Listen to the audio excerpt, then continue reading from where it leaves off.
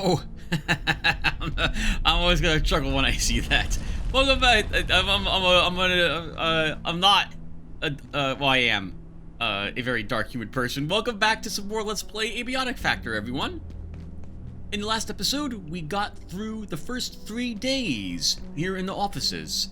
It's now 7:10 a.m., and we are going to continue trying to survive. Things of note is that we made some additional stove tops over here to help us with our food, and we found a refrigerator that we brought downstairs. Still not powered though, and we'll want a battery for it. We're short on coils though for those batteries, so I think the first thing we're going to be doing today is going back to that data farm and gathering up more computer monitors. Here's what we're wearing at the moment. Look at our mighty lab assistant. Don't we look amazing? Arm going through the chest plate and everything. Let's get on up there. So the first one of these went online today. This is actually part 3 I am recording. So I am just going to go ahead and just keep recording this whenever I'm in the mood to play on my server, and hopefully you guys don't mind. I gotta come up with some interesting things to chat about, so we'll keep it survival game focused for the time being. Alright, we got lots of pests walking around in hard mode. Don't tell it, we missed it. There we go. When you are wielding a blunt melee weapon, you can hold down the right mouse button to charge it, like Garrett could in the Thief series with his melee weapons. Then, oh, that's a peccary. We have no nets. We have no nets. Okay. We have some slushy bombs on us. I would prefer to use nets. Okay, let's leave you there. And we'll see if we can kill this pest. When we kill one, unless we have to worry about bumping into us. We can use this, and it's an apron. Okay, aprons, we can't break down an apron, so we can't get a single piece of fabric from it. We're here for the data farm. We left some things, by the way, in the gym area, so we're going to want to take a peek at that, too.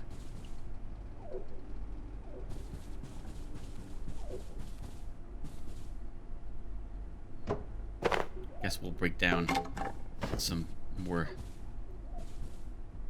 pieces of furniture and cabinets and grab some more metal. He's over there. He can see me if he decides around the corner, though. Hello, how are you? Okay, no net battle. Remember, they do 200% damage to structures, so that charge is going to be really powerful. Woo! Okay, we lived. That's a pretty epic slow handfall there. He's kind of... oh, we missed. He's kind of T-posing. So elegant looking. He's like skating. That's pretty amazing. Okay. We do want the bodies, the bits from these. That is, but we don't want the radiation. I guess we can card them up and stick them on the cart though right now. Bodies will eventually fade. They'll vanish if you don't collect their bits.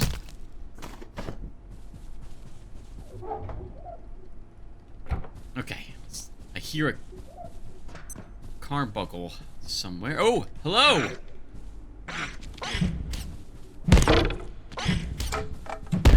Not today. Could use more of your meat, though. Oh, or bioscrap. Bioscrap's good, too. Not as tasty. In fact, I don't think you can eat it. But it can be used to make various types of medicines. Or maybe just one. I think you need it, I know, to make the health hypos. Okay. Oh, you were here last time, I think. Carmichael, you didn't like reposition yourself. Okay, we're gonna kill this one. I apologize for that. I don't want to have to worry about you.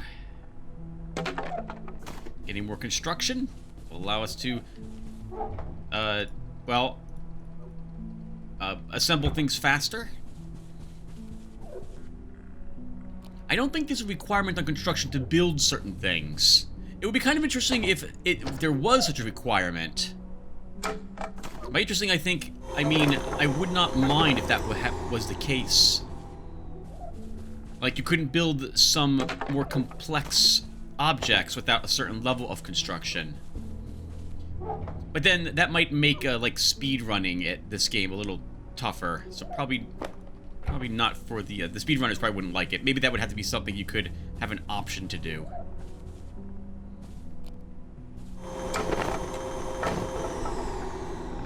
Realistically, what I should be doing is running through the entire data farm and focusing on breaking down these computer parts.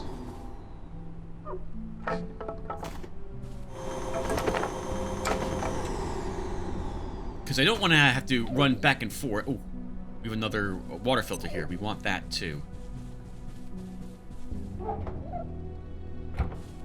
Because we want to stack all the stuff we're carrying on that platform cart to bring it back with us. And I guess on that note, we don't need... Let's put this water filter. Water filter. Water cooler. The container. And get back to breaking down more computers. More pests. Oh, I see you. Bucko, I apologize for this. Oh, not as much. It was a trap.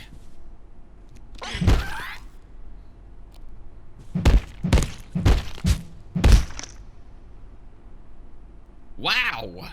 We carved that one up so well, dropped nothing at all.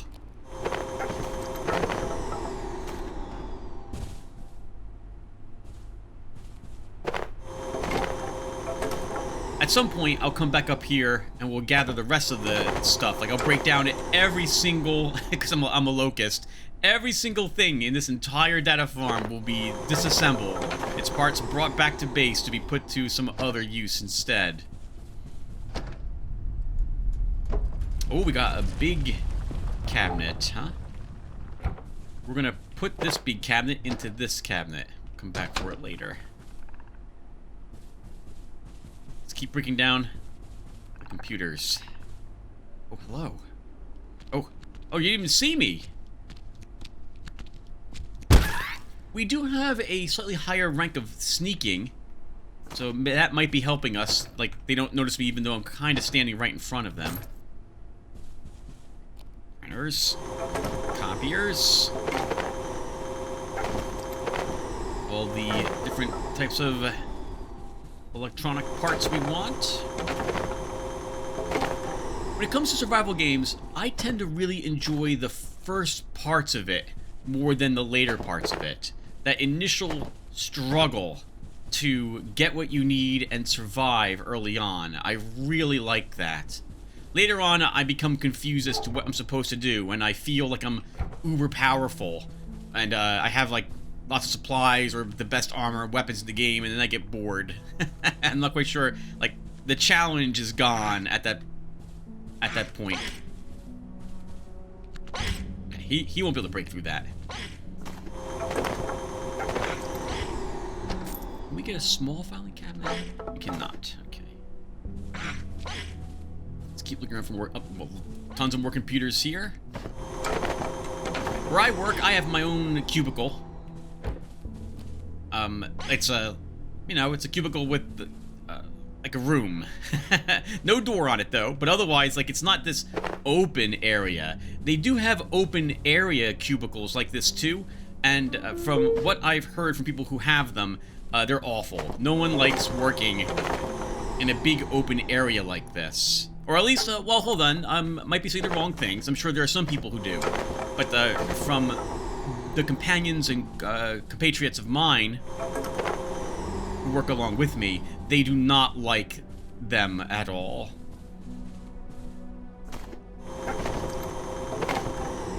I guess most of the people I know are more introverted.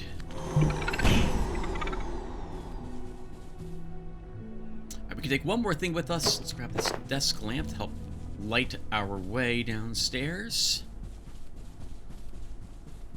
Hopefully my voice is coming out reasonably well this time around. I keep having to fiddle with things, and I'm not happy at all with, well, I am reasonably happy, I suppose, let's say that, with the way the audio's coming out so far for recordings on this computer. It is a bit tinny. That's because, and I sound a little more nasally because I have to stand him? You have to be closer to the microphone, which I'm not that much of a fan of.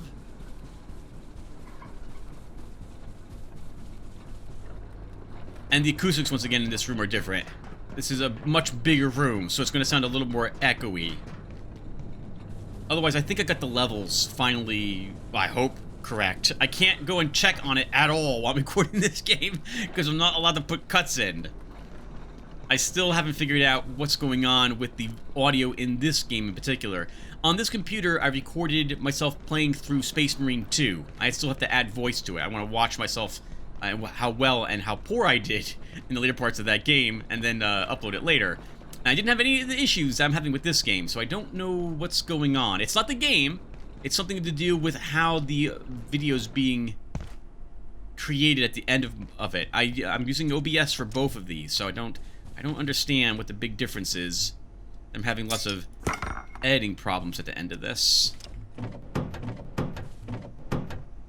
Look how fast that is. Clear out all your inventory immediately. And I know everything's going into the proper bins, too. Alright, let's put up another light. Want that entire kitchen lit up. Oh, I guess we can do some cooking. We made those stoves. Let's go ahead and put them to good use, shall we?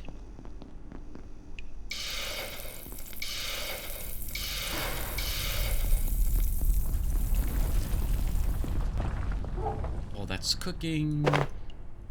Why don't we use... I want a singular one of these, but I guess a two won't work. I kind of want something I can store kitchen-related things in near our stoves. We'll use... let's put it here. Hey, got a free... Well, not a free, but we got a trash bin.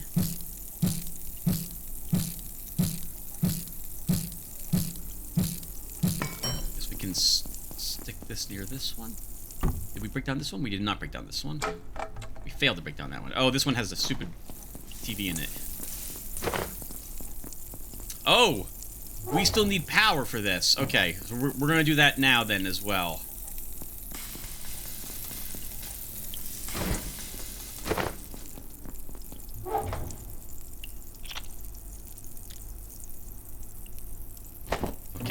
Few seconds about this, guys. Let's see. Let's put the frying pan here. TV can go there too. Watch television here. Okay, we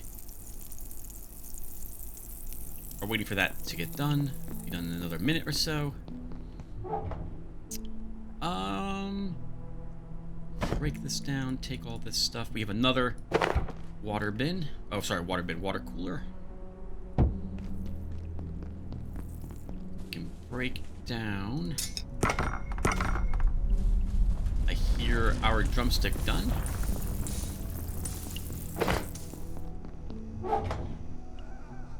Ooh, that didn't sound good. Alright, everything comes off of this. We can stick a bunch of stuff back over here. Okay, what do we have? Duct tape. Duct tape went over here somewhere. We have a head. We're gonna... Do we have a trash container? We do. Let's put the the head there at the moment. Okay, we want to power this. So let's get a battery up for that. I have to do that very important plant placing. Batteries need one of these. We need 2 metal, if I recall correctly. What else? I can't remember what the last thing is. What did you need? Ah, right. Coil.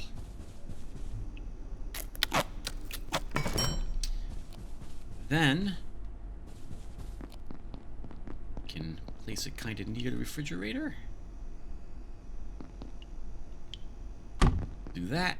We need some tech scraps. Actually, we might be able to do it without tech scraps, but I like having them with me anyway, just in case. Go ahead and extend that last free plug on the outlet.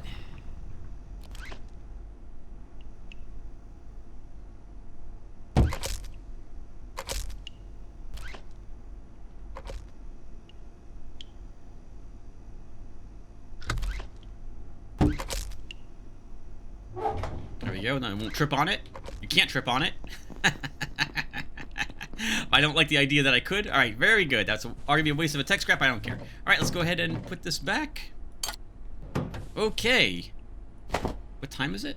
2:40. We have enough time to get back up there and raid the data farm a little more. First, I want to make some more nets. There we go. Platform cart. Let's go. There's a few more computers up there, plus we can fill the cart with anything else that we failed to break down. And tomorrow we can go back to the gym and then explore a different area here in the facility. I'm so sorry about Alice. We are not allowed to heal her. You can't banish her either. Or using the items on her, unfortunately. Or we will encounter other wounded scientists or members of the Cascade Research Division, and we won't be able to do anything to help them, unfortunately. That's a good spot for you. Bandages are on my hotbar. Okay. Well, let's keep breaking down things. Including desks. We know we can use the whatchamacallit downstairs, the repair station, to break down things to their parts. Now, we can use a hammer to do this as well, if we had a hammer.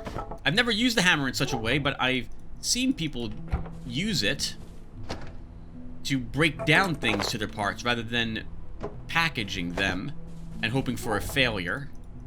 You can also whack things to death with a melee weapon. Oh, that was the wrong direction. You know, if you prefer doing things that way. Oh, if something was placed, by the way, on top of something else, and you take away the thing it was placed on, this happens. You have floating objects. That will not be the case if something is destroyed by creatures. Odds are the thing that was on top of them will fall to the ground. And if you package something and you place something on top of it, it will most likely fall to the ground as well. But I have had things just mysteriously stay in the air. Wrong buttons, Tim. That's the button you want.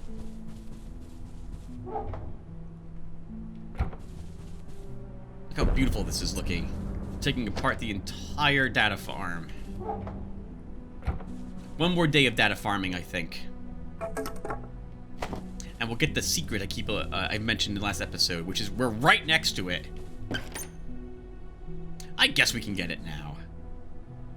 But we should do it a different way. We'll do it a fun way.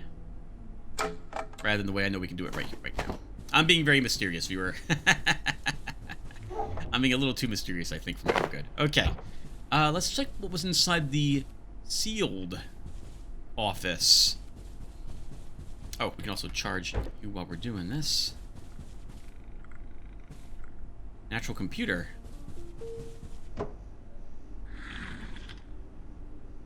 Can't interact with the computer while we're sitting on the chair. No wonder why they didn't get a whole lot of work done, I suppose, here. People had to stand to interact with their computers. They make standing desks and, like, standing keyboards and what have you for you.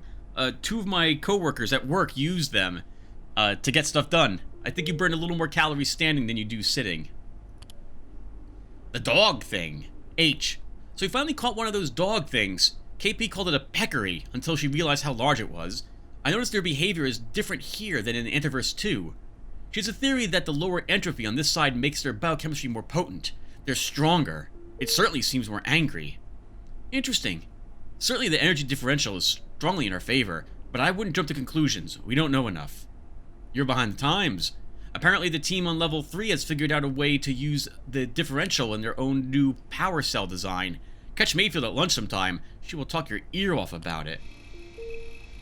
I will say now, they don't act any differently in Antiverse 2. And they're no less strong in Antiverse 2, so I don't know what they're talking about. Maybe this was a different type of dog that we will never encounter that they're referring to. This needs to stop.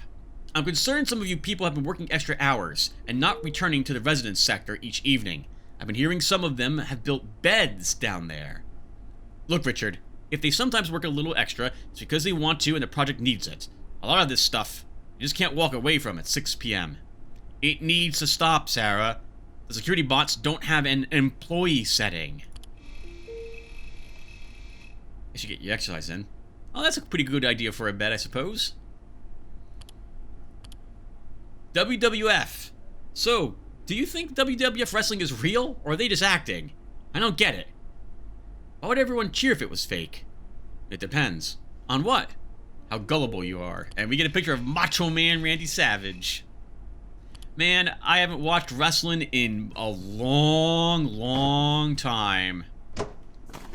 Holy crap, it has been years since I last watched wrestling. Hacksaw Jim Duggan was around. Undertaker wasn't like an angry bike guy. Oh man. Now I've heard it's gone quite like dramatic with like there's blood now fairly often. People like diving off like the fourth story of something onto someone below them and so on. It sounds nuts, wrestling these days. What time is it? We can hold one more thing. Can we get an off executive chair? We can. All right, let's take that. All right, so let's head on back down with our collected loot. We can break down. Guess we can take you. I really want that. Circuit boards are very important. We want all the circuit boards. Alright, it's pretty good for this collection run. Oh, I wanted to get the secret thing. We'll get it tomorrow. You can wait. As you can see, the more stuff you have in the platform cart, the slower it goes. Like the heavier the things you are carrying. We have quite a few heavy things. We'll go ahead and stand all this up back in our base. So, as you've seen, as I mentioned, I think in the first video, maybe even the second one, I'll mention it here, and this will be the last time. I'm a huge fan of organization. Knowing where you have put things is so helpful in saving you the time it takes to hunt things down if you don't label your chests or leave everything in various chests all over your facility or in giant piles of stuff. You have to hunt down things. Having your workbench being able to pull things out automatically, though, via its item teleportation, which we'll upgrade our bench to later, is very useful in helping people who do not do the amount of organization I do, in just making things work without too much worry about it. But I like always knowing how much of the things I have. I also don't like walking out of my base carrying things that I'm not going to put to use during the time I'm out of the base. If I'm going to a certain spot and I need certain equipment, that equipment comes with me and other pieces of equipment does not. Let's see. Actually, we can put a standing light in that corner. We can move you there. Look out another carpet. We can probably make our repair station a little prettier. There we go. Got an office chair, didn't we? Oh, it's even in our inventory. Put this over here, though. Maybe. There we go. I kind of want to move this carpet under my bed.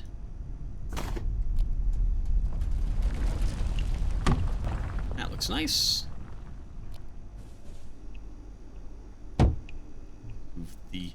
table over here. There's no real need for a table, but I really like having one in the bedroom.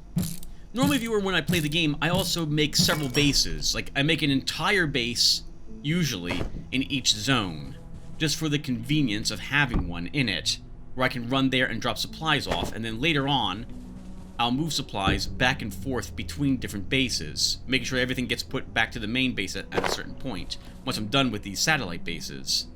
But this time around, I'm thinking we will, and by we I mean me, will only have a single base, and we'll make it this one, I think. I never actually have had a base here long-term. I usually tear this one down and move it to some other location here in the office sector.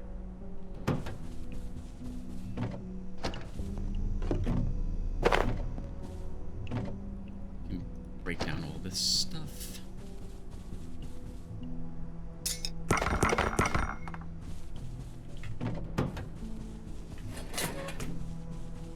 Alright, what else did we bring back with us? Oh wow, we brought lots of desks. Okay, we have a furniture box? We do not. Okay, let's make a furniture box. I like having a box that I store stuff to do weightlifting in, and plus holds all of the extra miscellaneous pieces of furniture. This'll do.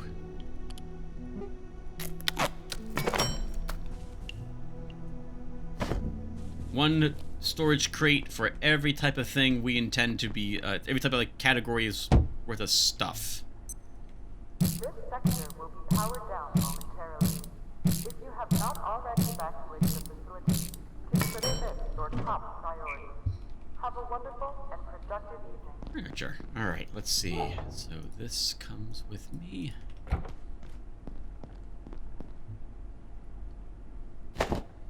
3 L desks, 1 giant filing cabinet, 1 smaller giant, large but not giant cabinet. We brought back lots of plants.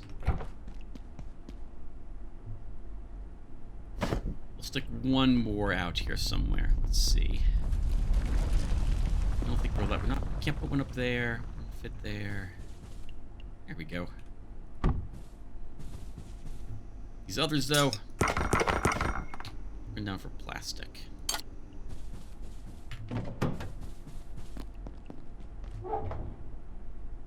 Can take all the rest of this stuff and break down what we don't want, which will be those desk legs. All the rest of this gets stored.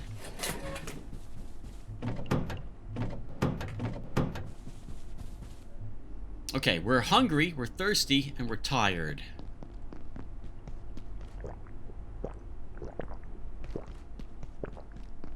Thirst dealt with. Note the hit point bar in the refrigerator. It's a little damaged from something. We do have a way to repair it, I suppose. But right now, staring at it here, we have nothing in our inventory that will fix it. The screwdriver doesn't fix things. I mentioned a hammer once or twice. A hammer can be used to repair things that are damaged in the world like this. We just have to have it in our hand, and then we whack it, and it heals the hit points on the object. In return, the hammer takes durability loss. But it is possible, I believe, to repair things that are damaged in the world if you don't have a hammer. Let's show you, I think, how this will work. Here, this office plant. See that? A little damaged. God, I hope this works, or this is going to be embarrassing. And I think it takes some plastic to repair it. Let's see. You can use your repair station. It takes metal to repair objects. So we could package up the refrigerator, bring it to the fixing station, repair and scrapping station, and then fix it that way if you so desire.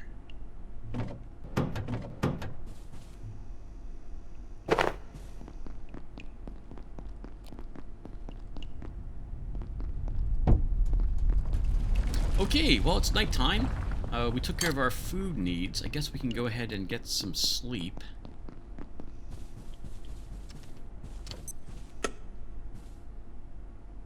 Standing lights, those other lights that we've seen, that we've taken, the desk lights, you don't need an outlet for those. They work on magic, thankfully. So no power outlet required. You can just turn them on or off as you will. It is kind of important to make sure your area is well lit, because when our base gets attacked, and it will eventually get attacked, we will want to make sure that we have the capability of seeing where the things are that are attacking us. There's that dude again.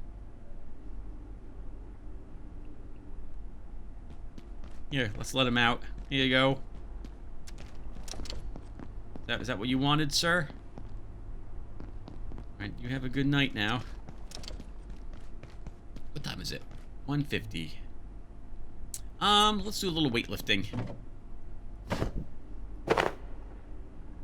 That's a little too much weightlifting. So is that. How about this? It also is. Can we put you here? Yes, we can. Yes! Pink. That's what we want. Pink is the new strength color. Just run around and gain strength points, viewer. It's important. We could actually sprint as well, and maybe get some sprinting experience. This is how you gain it. Just keep sprinting. And you'll earn a little bit of sprinting EXP. This is how you level sprinting, viewer. You gotta do this. I don't think you get it from jumping, only from running. Most people who play the game are probably running and sprinting everywhere. But I'm like one of the few people who probably won't be doing that. There's nothing wrong with doing it. It's a great way to get yourself more stamina. And to be fair, you should always feel like you're in a rush, I suppose, in a game like this, because, well, time's passing. You got to go out and get those resources. How's the strength, by the way? Oh, okay. We gained 5 strength at some point.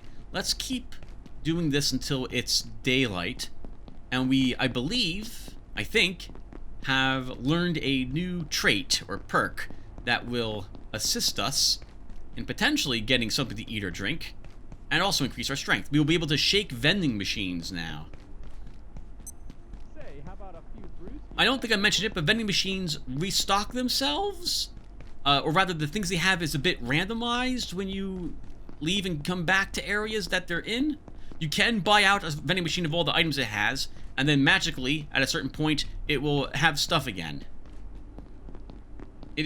We are dealing with, like, objects that are supernatural, so maybe all the vending machines have something supernatural that allows them to restock themselves.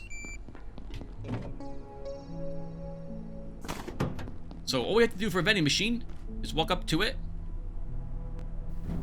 and we can shake it. There's a small chance a random soda will pop out of a soda machine, and you also gain some strength. And the same thing for a snack machine. There's a small chance some sort of snack might fall out of it, and you gain some strength. You can do it as many times as you like. And arguably, it's a decent way to earn strength and possibly get yourself something to eat. Alright. Back to the data farm.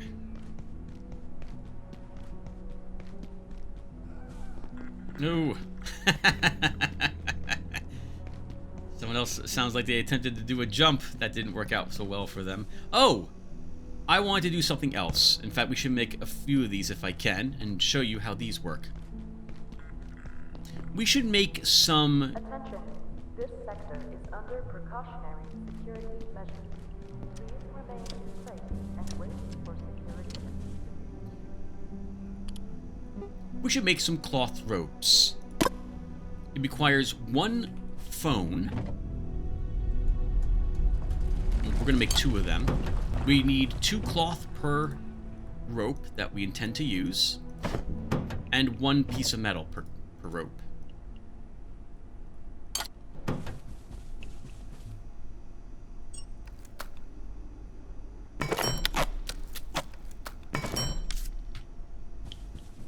These allow you to safely drop down from a upper area to a lower one. Let's show you.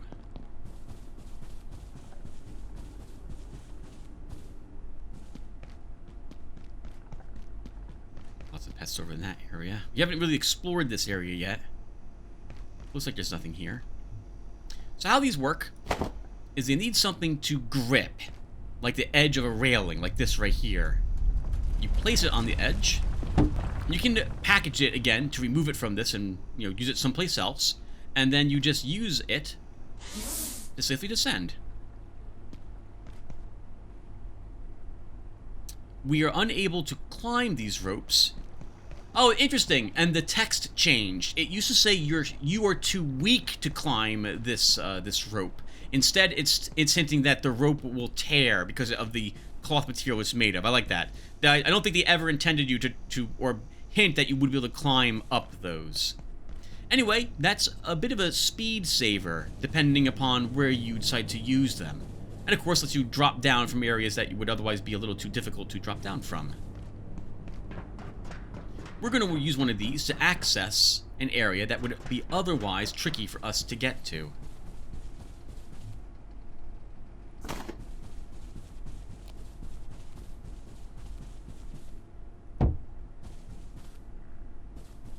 Wow, we really did clear out a good amount of the data farm.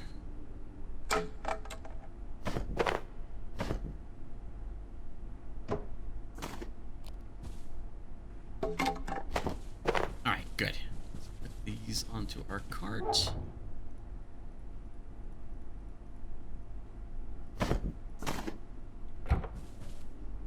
I guess we'll keep pushing it out in this direction. I don't really need all these desks or the wood they have. I mean, I will want it all eventually, but right now we can skip it. That's what we're here for. More computer bits. I usually take the chairs just because I find them they get in the way. So instead of sitting on them and moving them out of the way, oh, I go ahead and just take them. You can also, by the way, you can ride chairs around. Let's show you what I mean by that. 1 second. Let's pull this in here first.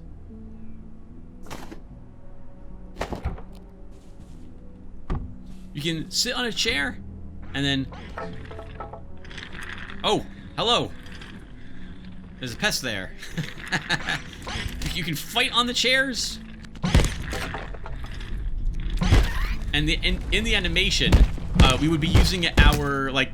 It looks pretty much like you are indeed riding the chair as you would imagine. Like you're using your feet to scoot yourself around in it. It's pretty funny.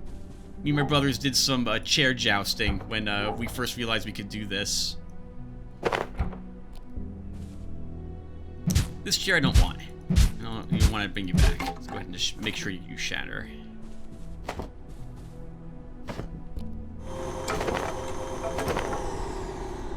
Now, there is a bonus, I probably should have mentioned it, to not using the vacuum cleaner, and that is that you earn experience points for whacking things with your weapons.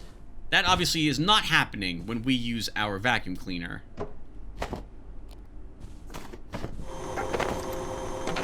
We're just picking it up, but darn it if it doesn't feel good to use the vacuum cleaner, and it feels really efficient. Another water cooler.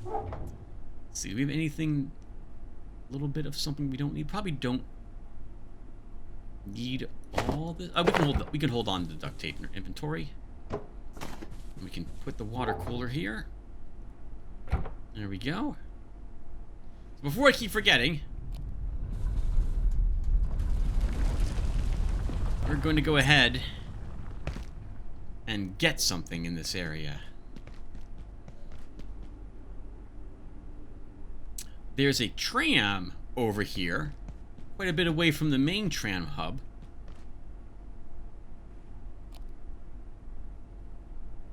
This whole area is inside a dam. So not only is this facility like underground, it looks like this is stars or something like the night sky, but no, that's just cave roof. And there's a gigantic dam here. We'll be over there a little later in the game. But there's something else here. This.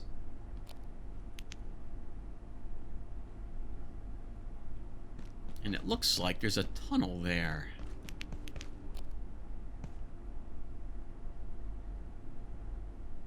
There is a much easier way to do this.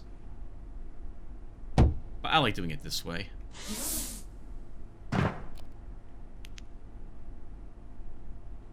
Remember that we can't climb up that, so we're now committed to seeing what's over on this side of the scaffolding here.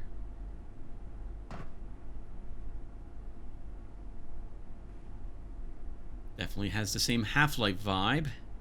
Mr. Gordon Freeman crawling through the vents. And a pest! A dead scientist. A few other odds and ends are here, too. Ice cream! We'll take some free ice cream. We're a little hungry and thirsty. We'll just eat it right now. Delicious. And a security pack. Holds 3 more spots than the basic backpack. And will be, I think, the best backpack we can get until we have opened up manufacturing, the next area we're supposed to go to. There's also a guaranteed hammer here. What is a carbuncle balloon? Is that like a trinket? What is that? Oh, see here. What? Why are you not working?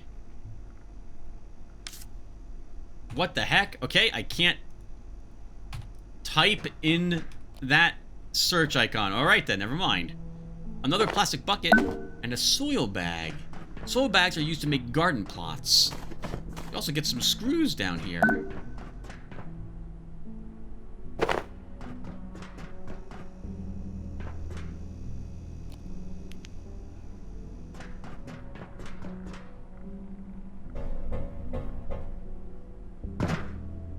I used to have a little game I would play with one of my brothers. I would build a secret base somewhere in the facility and then challenge him to find it. And one of them I built was in that area. I don't think he knew that area even existed. And so he was not able to find it. I made sure not to have a crafting table there, but the rest of it was hooked up. It was kind of fun to show him the secret base. Yeah, what are we doing? We're gathering some more resources, Tim. Might as well clear out all the filing cabinets. I wish we could take these cubicle shelves with us, but no, they're firmly affixed to the wall, and we are unable to take them off with anything we possess.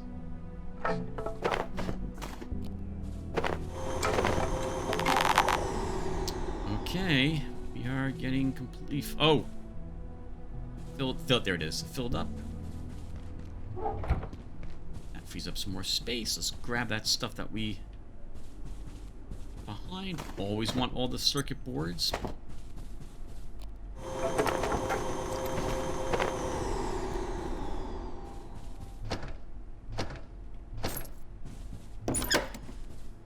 Alright, that's pretty good. Let's bring all this loot back with the... Oh, not quite yet. I see more computers. We might, since we're here, we might as well.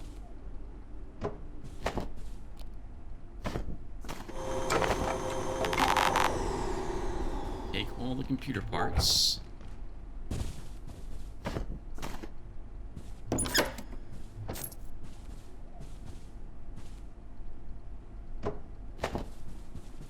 Oh, you're getting lucky with the chairs. We don't need so many of them, that's for sure. But once again, they break down the plastic and or wood, so we might as well grab them. That sound is the vacuum being unable to take those objects, and the notifications happening repeatedly because it can't.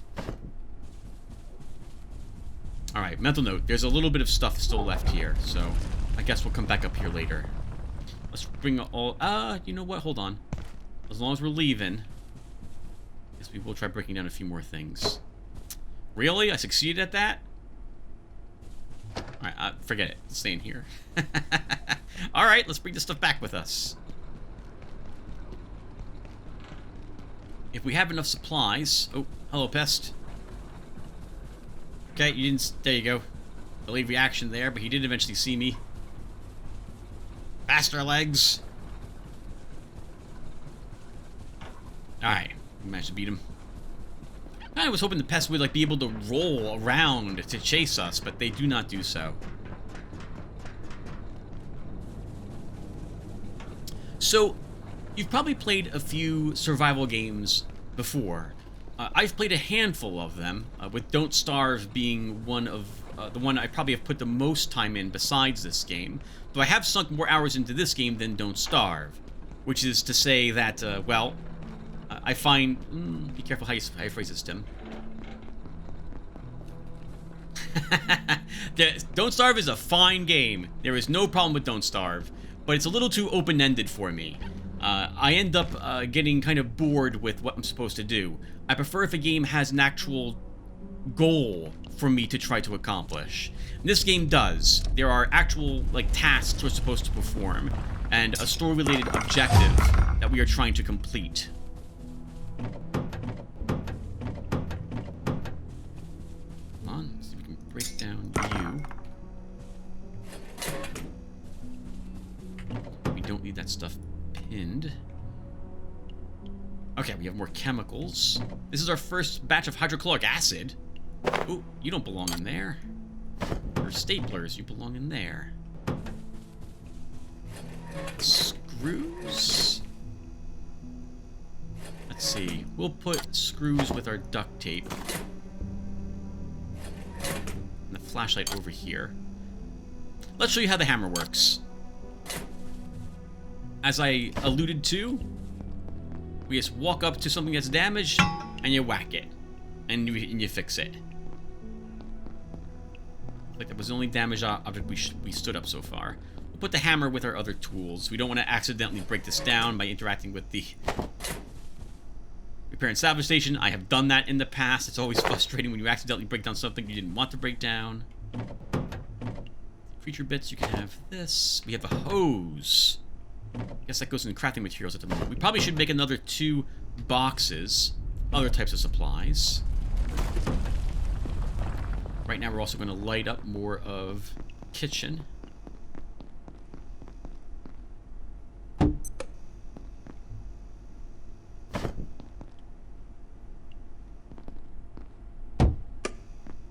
Not bad.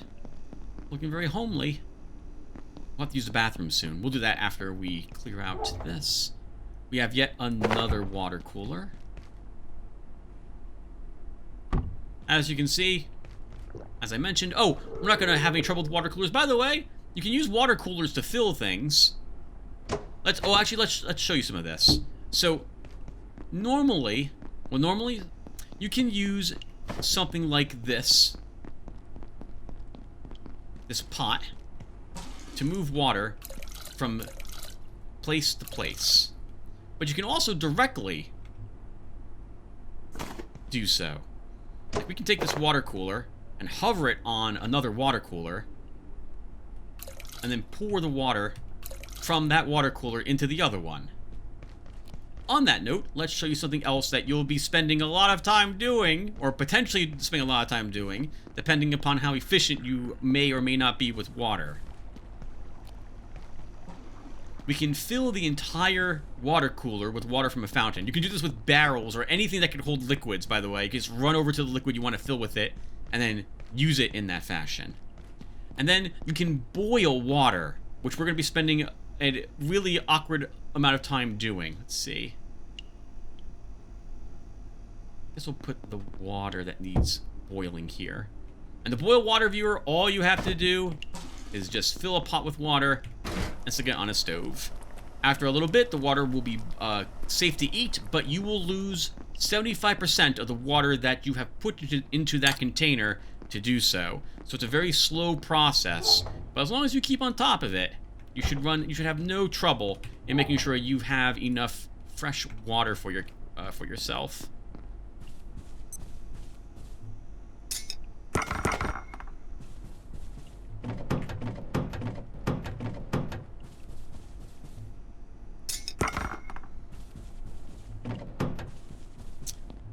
Time check?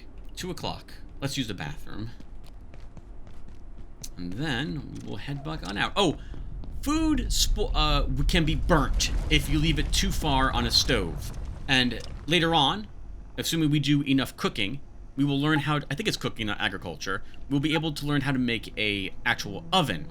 You will find no oven that you can use in the game other than the ones that you can make. You only find stovetops in the world otherwise. Anyway, you can burn food in a stove as well if you leave it too long. But water doesn't boil up entirely. This is done. We will not lose the water in here. That seems a bit weird to me. Feels like if you don't watch the water, it would also completely, like it would evaporate. I know I've done that plenty of times in real life. Oh man, the worst is like when I'm having water for like tea or soup, and I would leave it on and forget about it, and then like, what's that awful smell? Oh, that's the pot. Oh, I've lost I think 2 or 3 pots that way. All right, well, we're going back up to the data farm one more time. Well, plenty of more times I think eventually, but at the moment, one last time is I'm intending to go back up there. For one more clearing it out of all the things. Yeah, but Don't Starve, I tend to play on the... I make a Don't Starve Together world for myself, and I really like the farming in it. And I usually make the world actually easier in Don't Starve, because I find a lot of things annoying in that game. I'm not a fan of very many of the giants. I usually do what I think you're supposed to do, which is you have all the other monsters in that world kill the other monsters for you, so you don't ever have to actually do so. So, say a Deerclops shows up in that game. Well, the first thing I'm doing probably is jumping into the wormhole that is right near my base. So this way, when it spawns, it's nowhere near my base. I can just forget about it for the rest of that winter. But sometimes, if I got a few tree guards, I'll bring them up to where there's 2 of them, and I'll help those tree guards kill it. So I get a bunch of meat and one of those eyes that I like having around. For the moose gooses, usually a frog rain will deal with them, and they also deal with the frogs reasonably well enough. Then I have all the meat I need for the rest of the spring in that game. I did like the island one. What I don't Shipwrecked, is that what it was called? I like that better than the normal Don't Starve game. Only I dislike the seal NATO very much, so I would disable that.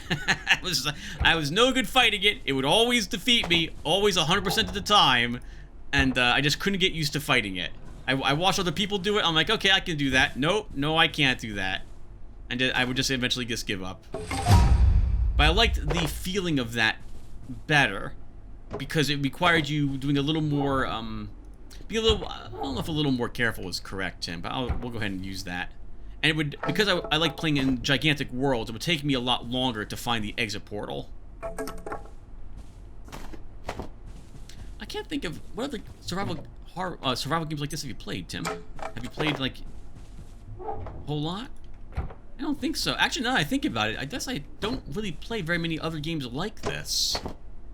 Darkwood could be considered a game like this. There is resource gathering, but there's no meters for you to manage. Like, you don't have to manage your hunger meter in Darkwood. I very much like that. I do tend to play games like Prey that have crafting in it, similar to a survival game, in that I make giant rooms full of loot that I come back and acquire later. But I think that's just normal gamer behavior, I'm pretty sure. We've all learned to do that since we were young tykes, I'm pretty sure.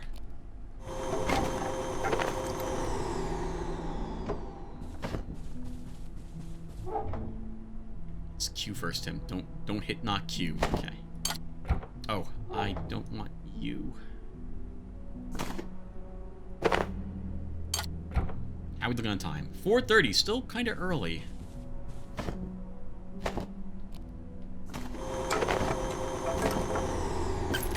Come on, Tim. There must be something else you can talk about. Alright, let's think. So what did you like about these other games then, Tim? You like Don't Starve? I do. I do like the game. I just, once again, it gets a little repetitious for me. And I find the very beginning portions of it in particular fun. The first year, I find fun to do. After that, I don't know what I'm supposed to do anymore. Usually then it's just coming up with a few things that I think are fun, like setting up a wooden wall around my fort, trying to make the place livable, setting up statues and what have you. Succeed at that. Okay. Let's put you in this. Darkwood is obviously, maybe you don't know about Darkwood, a fantastic horror game. One of the best, if not the best horror game I have ever played. It is incredible. I really enjoy it. The horror aspects of it are great.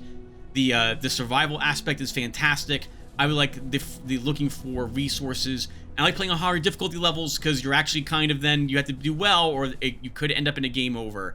So I very much like it. Oh, that is a thing that's different in this game from the Don't Starve's, like one of the many things, I suppose, is that Don't Starve has that, you basically, assuming that you haven't reconfigured your server to remove it, you are on the timer to get enough resources to survive the next season before it arrives. Right? You start, generally, people start in autumn, and you gotta survive, gotta get your base up and running, get the necessities you need, and get prepped for winter. And during winter, you prep for spring. And during spring, you prep for summer, and then assuming you survived, congratulations, you probably have everything you need to keep doing that at that point.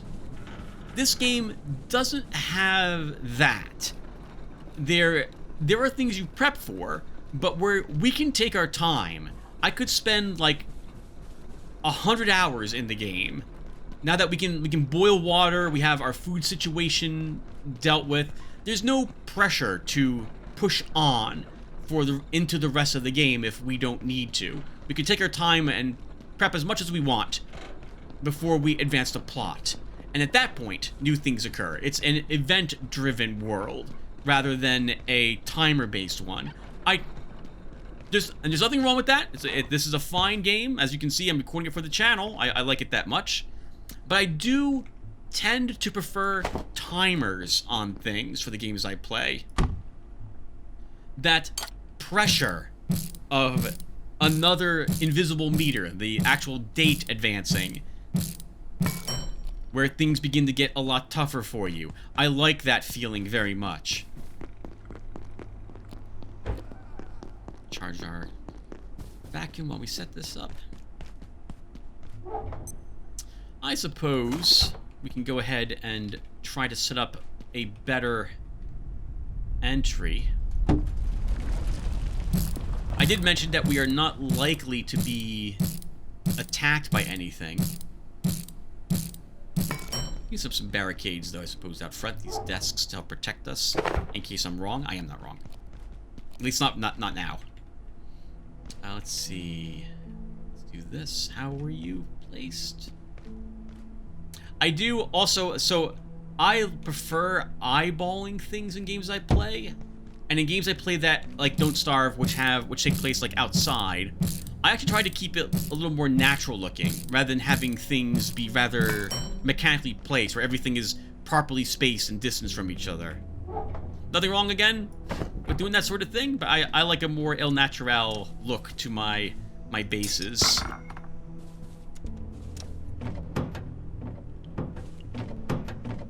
Okay, let's see. Break down that plant. Place this light. We could probably... Well, we can put a little desk light there. Put this light over here somewhere. You know, where that is probably a good spot. Oh, we still have this Peccary skull. Oh, you know what we can do? We can trade this. Let's go out to Warren here. We can get an employee locator from Warren. He wants 1 Peccary skull for it, so we select it and press buy. And we get one of these. This is a trinket. They are held in their own slot down here. And what this will do is highlight various gate employees when we're within a certain range. Well, actually, I guess it's employees, people, NPCs in general. Sometimes not even if they aren't a gate employee, will show up. Anyway, it's a free slot. We might as well take it. Can we break it down for something, I wonder? We cannot. We can't salvage this. Employee locator. A signal beacon that detects the pagers of nearby gate employees. Allows constant detection of nearby scientists. I think this is in a multiplayer game. I don't know. This will highlight your friends at all times, so you can see them running around. There is a limit, I think, to the range, but if they're somewhat close, you can at least see each other. Small bit of writing on the label. May not detect all nearby gate employees, hiding employees, or entities pretending to be gate employees. That's a bit worrying. That last bit there. We'll break these down. Actually, we can... Let's do this. Oh, well, actually, we're a bit overburdened. Let's break down the stuff I said I was going to break down first. There we go. Oh, we have another desk leg.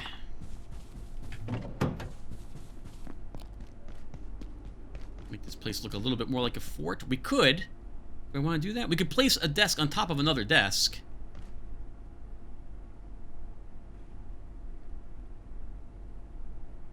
Nah, forget it. It's too much work. One's good enough. It looks kind of cooler, but when you stack them, we don't need to do that. How we looking? Looking okay? We'll get something to eat after we're done with all the loot. Oh my goodness, look at all the freaking desk legs.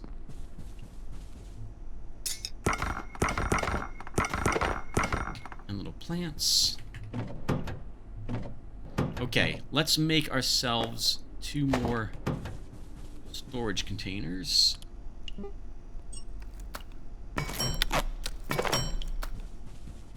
Now, I am intending to move our base at some point, but it won't be for a little bit. So at the moment... This sector will be powered down momentarily. If you have not already evacuated the facility, consider this your top priority. Have a wonderful and productive evening. At the moment, this will do.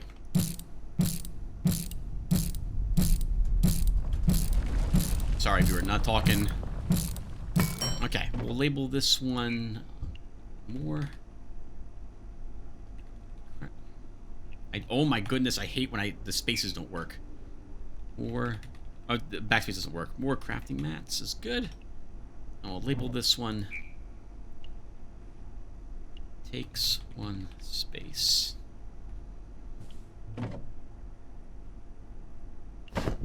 Buckets take 1 space. Can't stack buckets, so they're gonna go in that. We are filling up on stuff already. Look at all the inventory we are using. I guess we'll put pipes, hoses, and extra wood there. Okay, pretty good so far. We're a little sleepy, we're a little hungry, a little thirsty. Okay, so let's go ahead and get something to drink. Our water is finished boiling.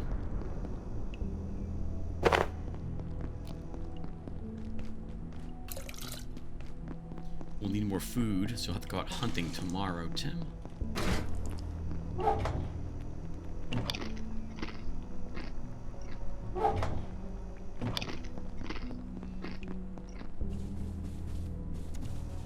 Take a nap.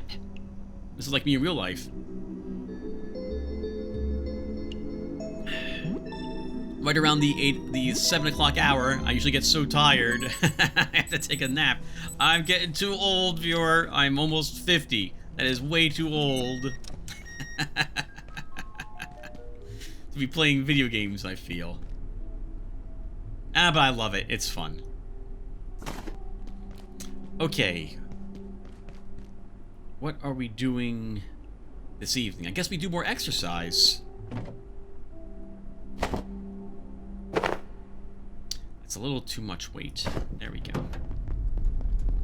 And we might as well improve our sneaking experience points, so we'll go ahead and head on up into there. Oh, we left a few desks around here, I see. I did not realize we did. We'll try to break those down later.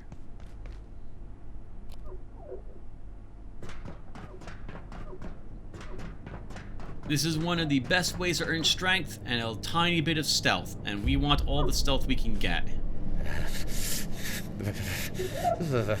It's not too cold. We're okay at the moment. I wish there were options for me to configure, like,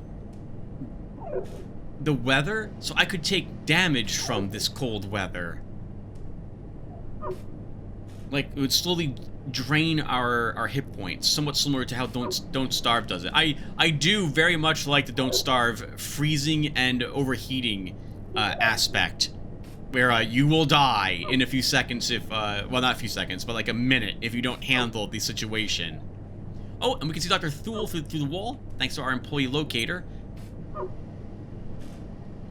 And that symbol right there, yep, that's our base identifier, letting us know that we are close to it. The closest crafting bench you are near will be indicated on your HUD.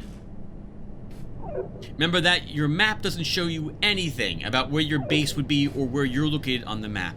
I kind of hope they release, like, maybe a trinket that always shows your location on the map. Nice, strength 6. We haven't shown two-handed weapons yet. We can actually, I think, make one. Because we have... No. We had a peccary skull, but we don't have one now. So, there are two-handed weapons in the game, as I've alluded to right now. And until you reach strength level 8, they are difficult to use. You swing very slowly.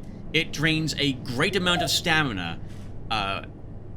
And you don't do as much damage as you could be doing if you had a strength of 8.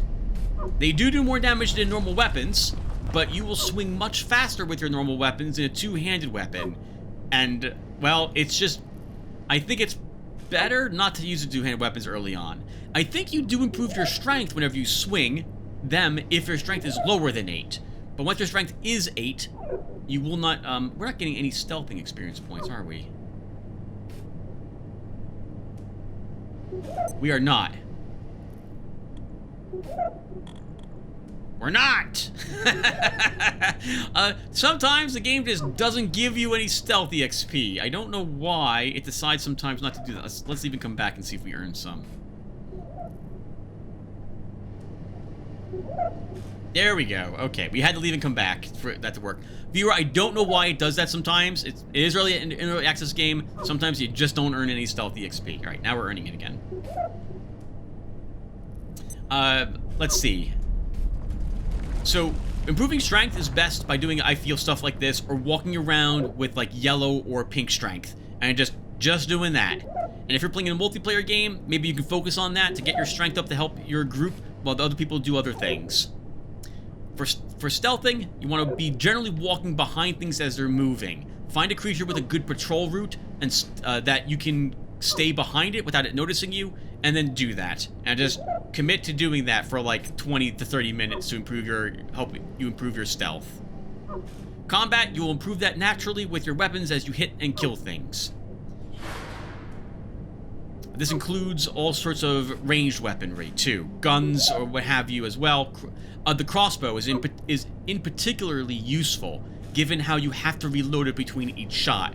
You will gain a great amount of reloading experience points using the crossbow, which will help your reload speeds for other weapons.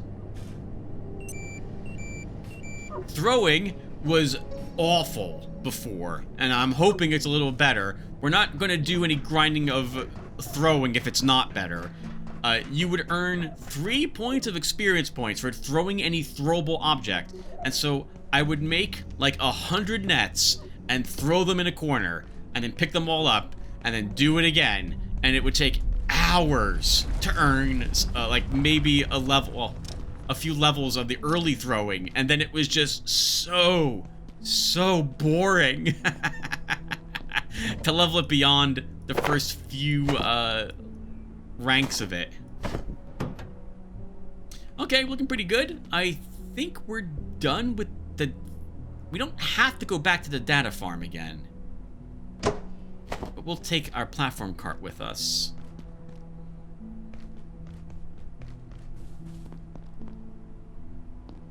I mentioned that we were not quite done... This sector is under precautionary security measures. Please remain in place and wait for security assistance. Not quite done with the gym. We didn't go up those stairs before.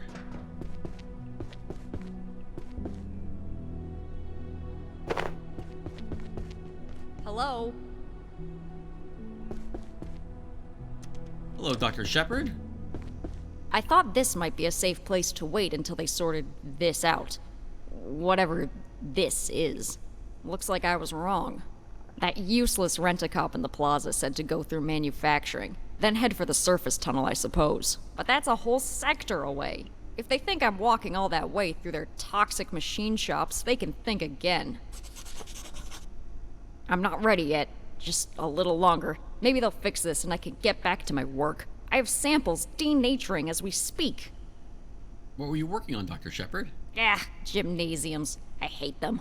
Sweaty shrines to insecurity. What?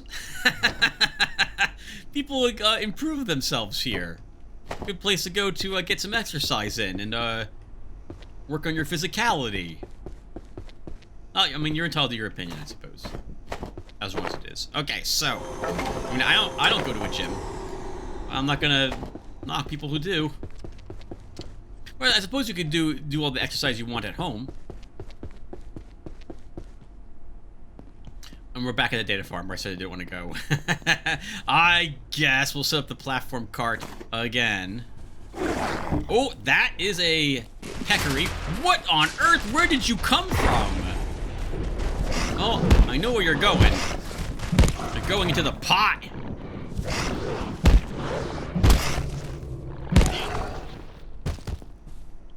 And so are you.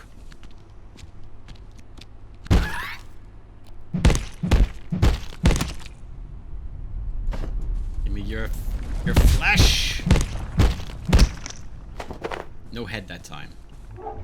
It's always disappointing when you don't get head. Alright, let's go ahead and put all of that there.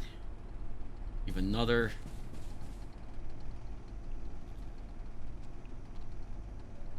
Pest. Note that you get also, if you do sneak attack a monster, quite a bit of sneaking experience points. The starting creatures here are a really good way to level your sneaking. Oh, I don't want to hold on. I do not want you on me. I don't want to do a constant radiation gain.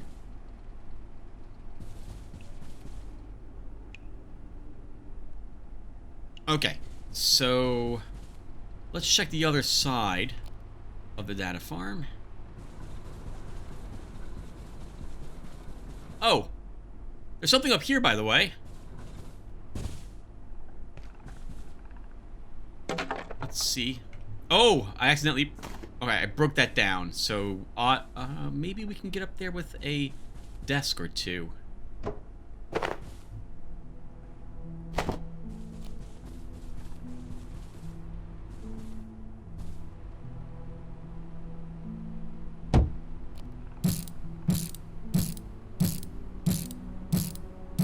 I think there's 1 or 2 hoses up here and another toolbox.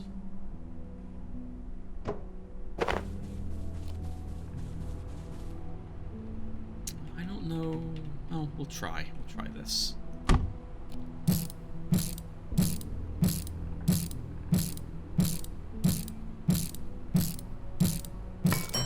One more desk so we can reach the top of that. The desk we stacked. Perfect.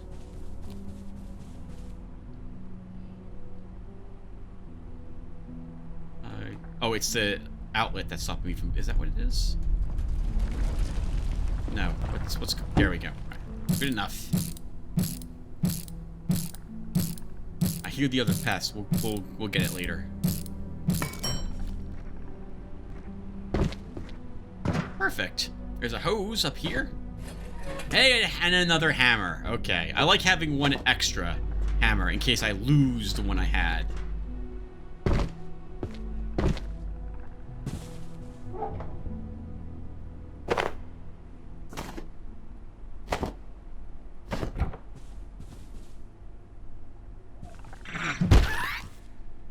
Not today, pest.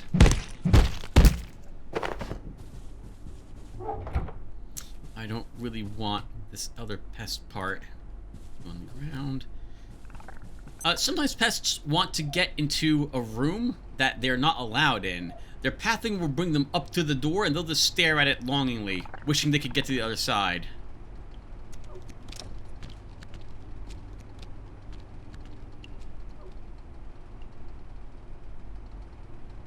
I feel insulted for some reason, and I'm not sure why. I think he went to this door? No, okay, well then. More stuff. Oil. We will take another loot box full of things and that basic backpack. We can't break down flashlights, so you will see me often just leaving them behind. And I don't want to start amassing them someplace. I can stay there.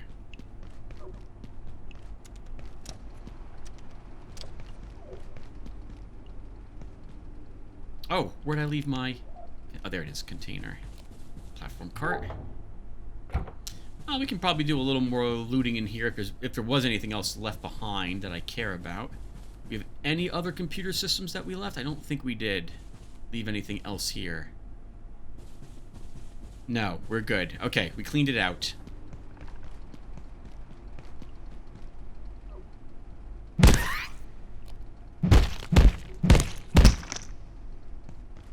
I guess now we'll take these pest parts back with us. We can break them down for bioscrap. Okay. We can finally, I think. I mean, we could have done this before, but now that I've cleared out all the electronic components from the data farm, I will now feel that we can probably do a little more work on our base, and maybe even do a little more exploring. But I think, assuming we have the parts for it, we're gonna set ourselves up to be able to fight robots now.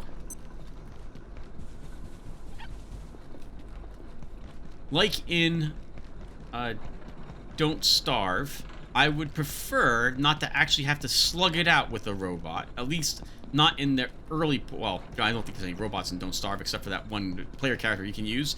But I would prefer not to actually have to engage in the combat so... personally.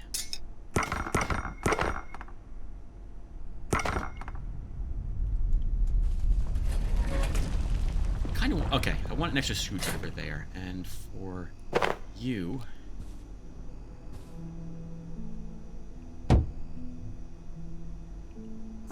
Okay, let's see. So let's put all this stuff away. I would prefer if something else can fight the robots. Something that's not me. And so as such, we can potentially set that up, although it will take a little bit of time to do so. We probably should build another battery to make sure our refrigerator also has power for the entire evening.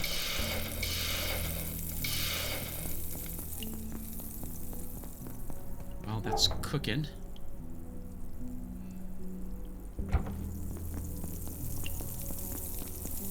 I have my singular one now, which I'll put right there.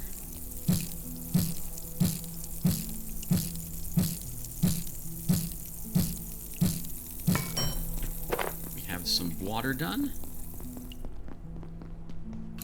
I do wish we gained something for boiling water, some sort of experience points. I guess the sprinting I should be doing would be reward enough for that.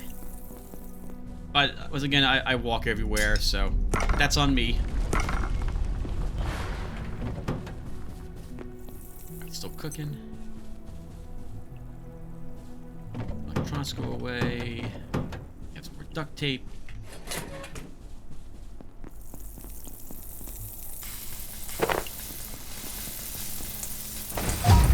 Nice. Cooking level 3. Slowly increasing that.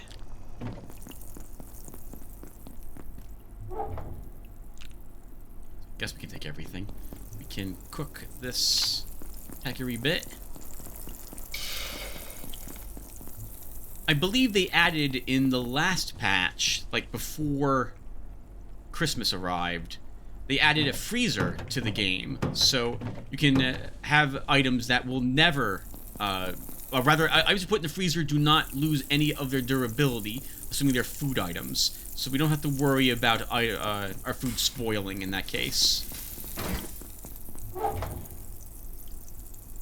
Right now, even if we fully powered this refrigerator for the entire night, the food would still eventually go bad.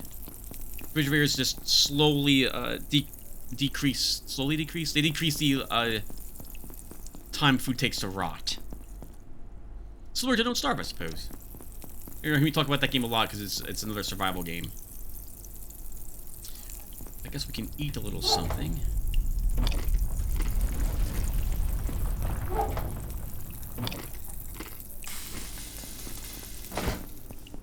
I wonder if they changed the amount of radiation you gain from food. Let's talk about radiation for a tiny bit while we're doing other things. So, radiation, when you begin accumulating a bit of it, you will gain a symbol in the lower left-hand corner of your screen. Like right now, we picked up dirty. We are a little dirty, is that symbol right there in the lower left-hand corner. And radiation is another thing that will earn you a little symbol. When you've earned enough of it that you should start to begin worrying a bit or begin becoming a little concerned. When the symbol shows up, you are generally okay. It's the warning that, hey, you are gaining radiation. Pay attention to the fact that you are beginning to gain some amount of radiation. Eventually, the color of that symbol will go from yellow to the color that it's like a dark color that we just saw, for example, for being dirty. That means that you now have radiation sickness, more than just a little bit of radiation on you. And there's a chance you will get sick. You need to get that radiation level down. The first symbol shows up when your radiation, I think, is at 7 points. The next symbol, the one that you begin to feel the effects of it, shows up when your radiation is, I think, 30 points. So it does take quite a bit of time to gain the amount of radiation it would take you to get sick. But the pest food, if you're chowing that down very quickly, it used to always give you like 1.5 per piece of food you would eat.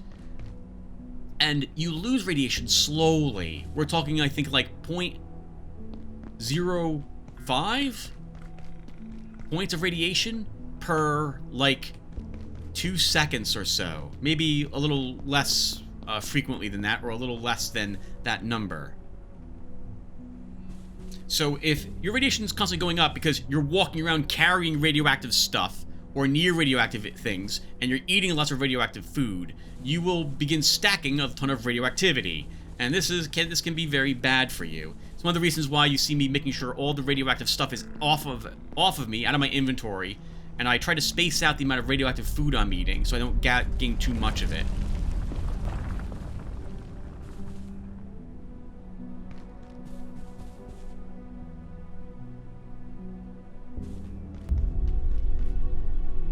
This symbol here, we will learn about these symbols later on in the game. I believe this symbol means a portal of some sort, or teleporter. Looks like we can't go this way, though. I see it looks like some sort of servers over there. And that area is very cold, but we should be okay. It's a server room, not an ice room.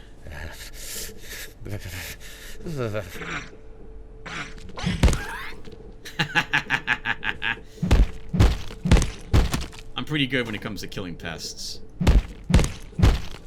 Now, I did mention radioactivity, and then I'm carrying around a pest rump for a little bit. Dr. Mans, we haven't seen you since the tutorial. How are you doing, sir? This is Dr. Derek Mans. Today, I discovered that Dr. Stern's latest software experiment was simulating the entire facility. A microcosm of Cascade, and every staff member within it.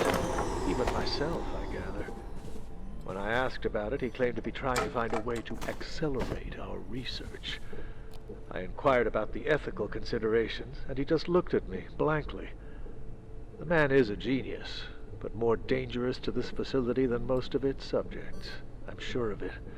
An exceptional scientist, all the same. I don't know what ethical concerns there are in running a simulation that has every member of the Gate Cascade research facility in it. They're not real people. If it's just a computer program, or he's trying to understand what's ongoing here, or how to improve the amount of scientific learning or the speed at which it's being acquired. Unless we have, like, actual those applications or the things being simulated somehow are sentient.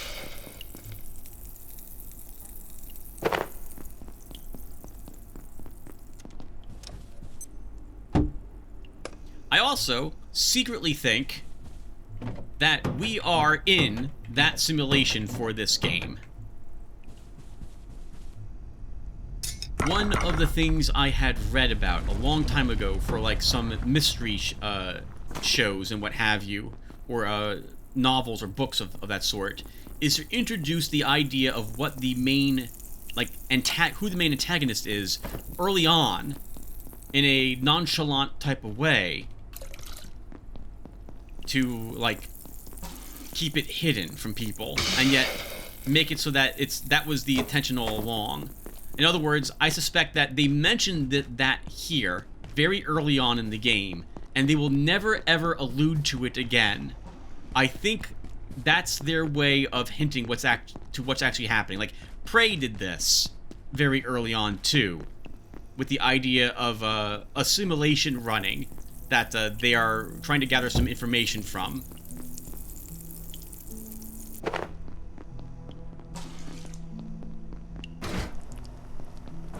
Good thing I checked that. That was actually cooked.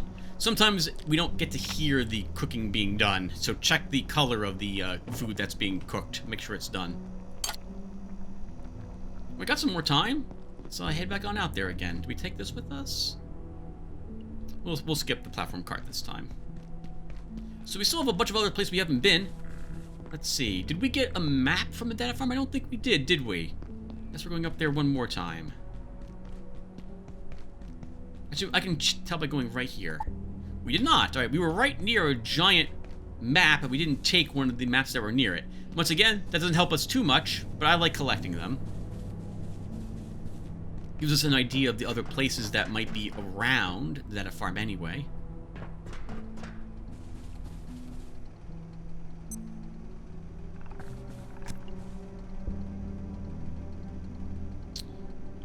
Ooh, another pest.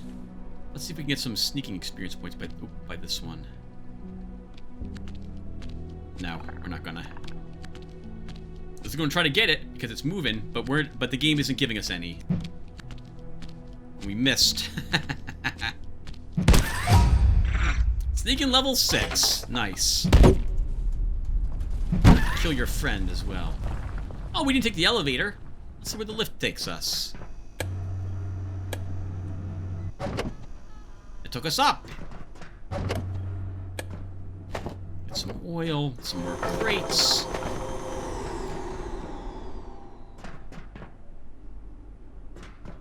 Probably a good area to build a base up here. We have a bunch of open area, and it's not easily accessible by any enemies. Our base will come under attack eventually. I don't remember ever it being difficult, so hopefully they've made it more difficult on hard mode to survive our base being attacked. But this would make it a difficult place for them to actually launch an assault from. The things that will attack us later on. We'll cover that more in depth later. Hey, another hammer. I was so worried we wouldn't get any of them. Now we have 3.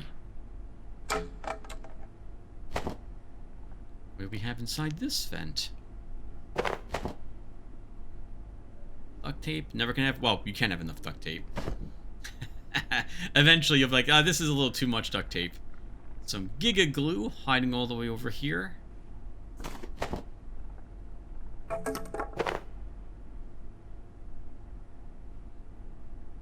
Nice and quiet as we do the vents. Another toolbox. Oh! A worker helmet. Another hammer! Very nice. Hard hats. When worn, gain construction experience faster. 3 armor and 25 durability. 7 pounds as well of weight. Nice blue color as well. I do like my peccary helmet, but if I cared about construction experience points, that would be a nice helmet to wear. Now getting out of here is going to be a bit tricky. We can't actually fall. I would like to fall on that, but I don't think we'll be able to. And I don't think we can get out the other side of this very easily. Let's take a look. Oh, here we go. We can get out this way. Let's know to do those duck jumps. Inventory is still mostly empty. I don't know if we can make this jump. I don't think we can. I think it's a little too high. If we're coming from the other way, we could make the jump from there to here, but not in this direction. Oh, but maybe we can. If we get on the railing. There we go.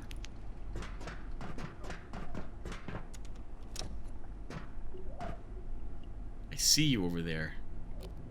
Pest. Bioscrap.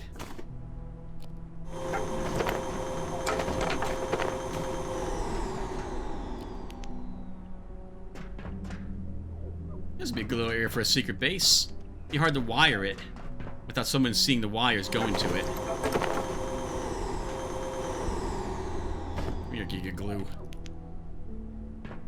Rather creepy looking hallway here. I see you.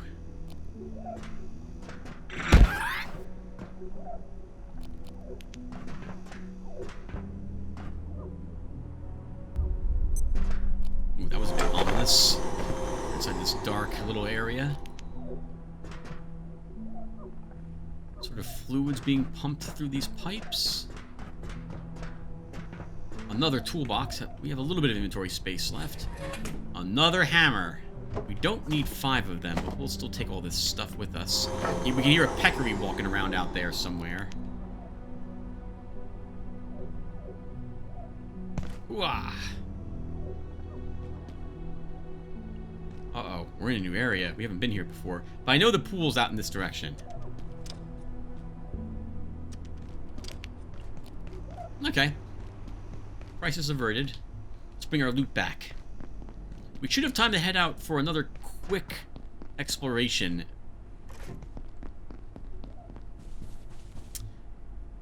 This would be a good spot to place a cloth rope. I do occasionally come down from that direction. Oh, we could also go and get our cloth ropes, since we're not ever going to go down to that one area again, I suppose. We could take the one down from over there, too, but we'll leave them where they are at the moment. Alright, let's go ahead and put stuff away.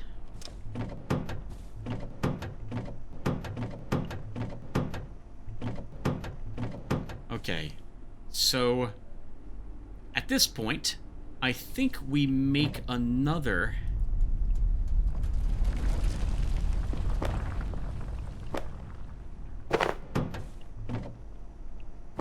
We make another box for things for a future potential forward base, if I so desire to do so.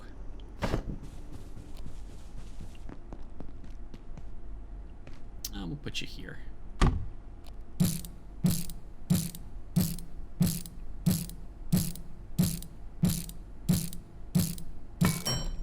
There we go. We can label this forward base. And we'll go ahead and put a toolbox in there, a hammer, a screwdriver, and another hammer. The rest of this stuff we can break down.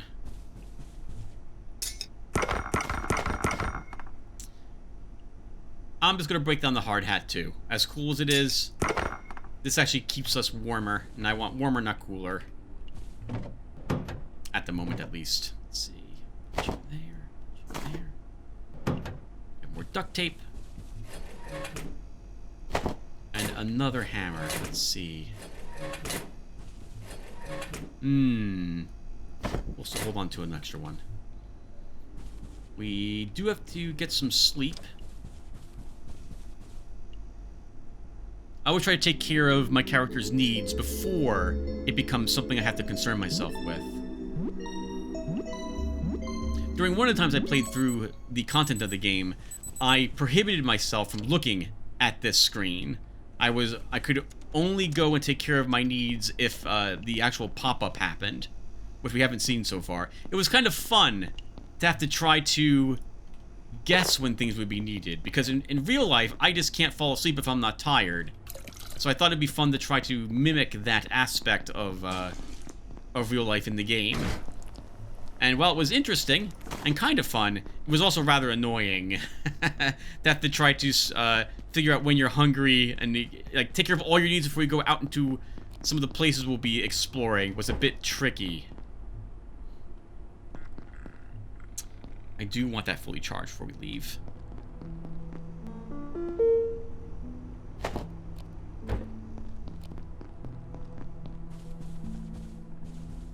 Alright, let's see what the deal is with this room.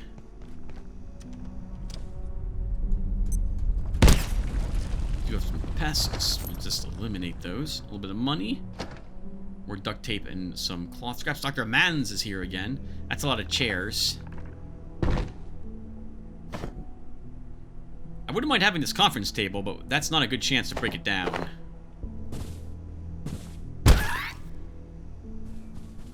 Dr. Derek Mance reporting. Research Director, Gate Cascade Research Facility. Originating in Antiverse 2, IS-171 is a stationary, sessile entity that traps its food with a retractable tentacle. The experience of being caught is rather like being attacked by an angry pizza. It presents no real threat, but leaves an enduring, not entirely unpleasant smell on anything it touches. Suggestions for possible applications include perfume, industrial scents, and olfactory-based crowd control weapons. He's talking about the carbuncle. We haven't been attacked by it yet, so we haven't got to see what he's referring to in actuality, like the attack. But I am positive we will eventually be grabbed by one when we're fighting something else. That's how they roll, or catch you.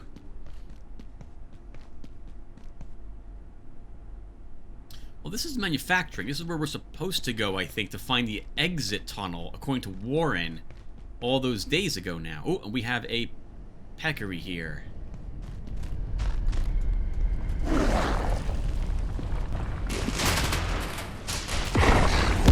That was interesting. So was that. Good dodge this, Mr. Peccary. Unfortunately, I have more nets than you have agility.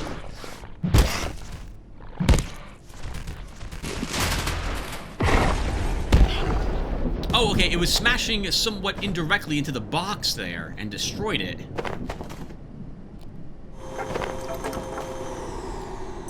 We'll carve it up on our way back. We'll carve it up now. Oh, it's doing the graceful skier thing again, where it looks like these hands are down. It looks like it's speed skating in a way to me here. We'll explore this area tomorrow in the next video then.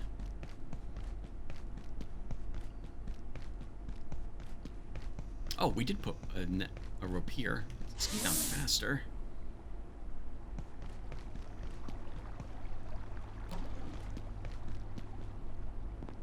I suppose since we're going to be here overnight, we can go ahead and begin constructing a few more things and seeing about improving the base. Let's do some cooking first.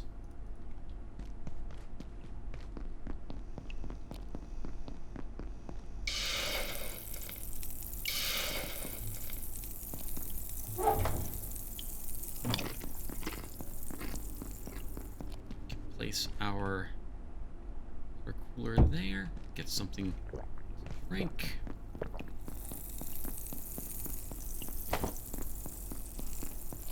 Might as well keep boiling water.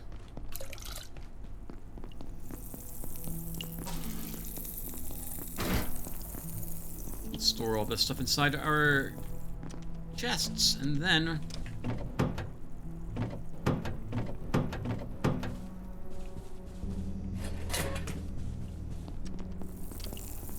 wait for the cooking to get done. And then we'll take a look and see what we can craft. I mentioned dealing with robots, and so we're going to focus on preparing for that next.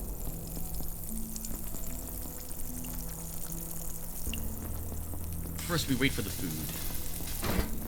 There's something, by the way, about food I guess I should show you. You see how these have a health bar under them, or a durability meter? We've already discussed that this is the time at which it will take for them to, or rather, how close they are to being rotten food. Oh, and this is still cooking, by the way, I think. Oh, is it not? Oh, it's not! Right, we didn't... Oh, man. We didn't battery power this. So this has to be recooked now from the get-go. Okay. We want one more battery for that. Oh, it does not cook from the get-go. Okay. Anyway, you can do a little trick when it comes to food or actually, I think just food. If the foods are the same foods, like this drumstick and this drumstick, we can combine this one that has a little bit of durability loss into this one that is better, and they will both take the quality of the better food. The opposite can also be the case. If you have food that is almost rotten, and you stack a brand new food onto that one, both will be almost rotten, and the same amount of it too. It does not do any sort of balancing between when something was going to go bad or not.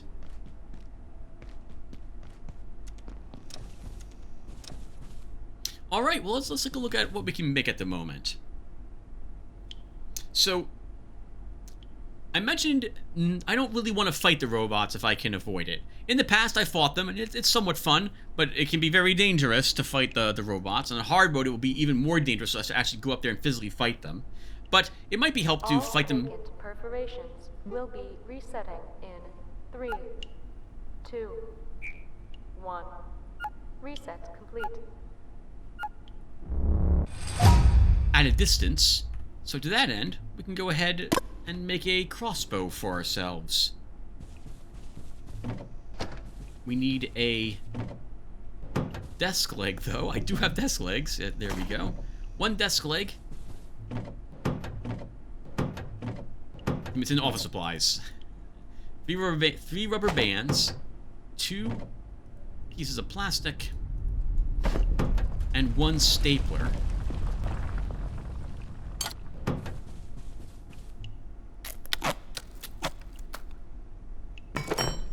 Weapons require ammo, so we also need to make some crossbow darts. Those are, I believe, 1 piece of metal and 1 pen for every 8 crossbow bolts you wish to make. Did I say crossbow darts? Crossbow bolts.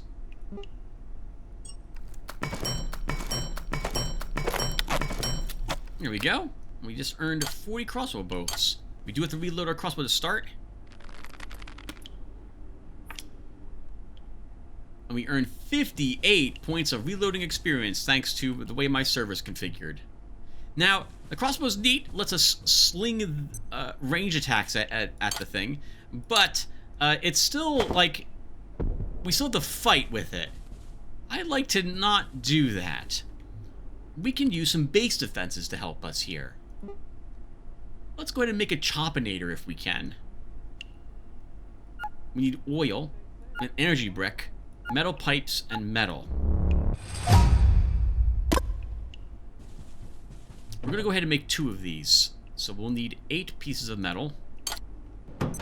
We'll need 2 metal pipes. Is it really only 1 pipe?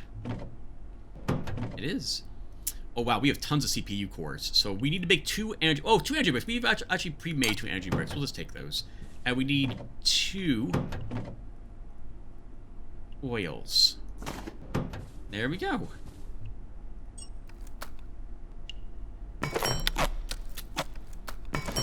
Perfect. Now we just need some place to put these up.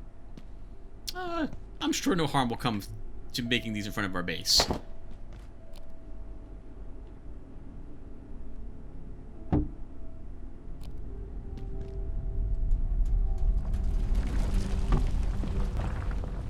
There we go. Of course, these require power, so we'll need to feed them power.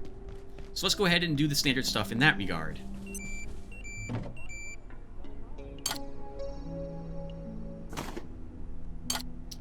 We're going to go ahead and make ourselves 6 more energy bricks, because we also want some more batteries, 1 more for our refrigerator, and another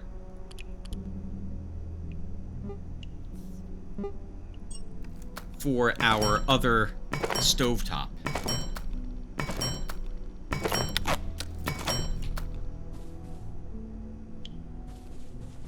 Batteries take 2 metal each, and then they each need a coil. Oh, and we want 4 of them, at the very least.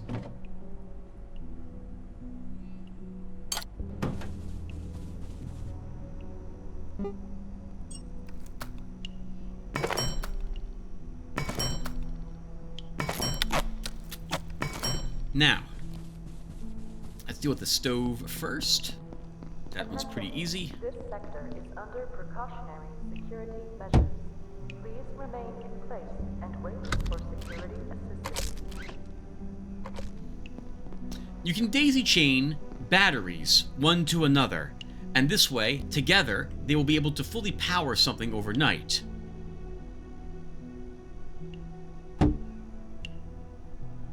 So we would disconnect this cable, plug it into this battery, and plug this battery into that one, for example.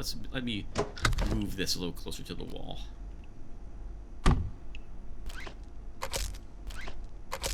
There we go. Power goes from this cable reroute from the power source all the way over there. We'll fill this battery, that fills this battery, that runs the refrigerator. And then when the power goes off, these will power the fridge. There is some, I don't know if it's significant, but there is loss. Like there's emission returns from this. I think 2 makeshift batteries are enough to keep one thing powered. But if you have multiple things running power to 2 batteries, it's not the equivalent of each thing running off of 2 batteries. Like, in that regard, this refrigerator, overnight, does not have the... How to describe this? I'm doing a poor job at it.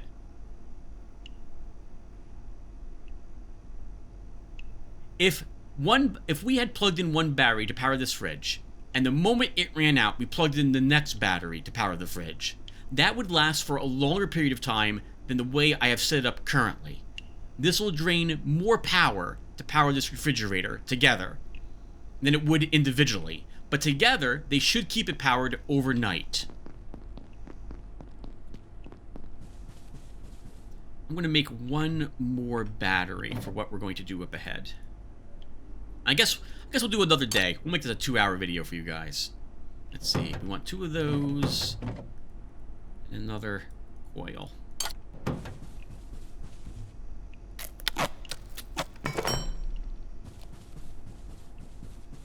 Oh, we also want another power strip. Let's see. Let's unpin. Let's go back over here to our power strip. Pin that. Okay, so we want a CPU.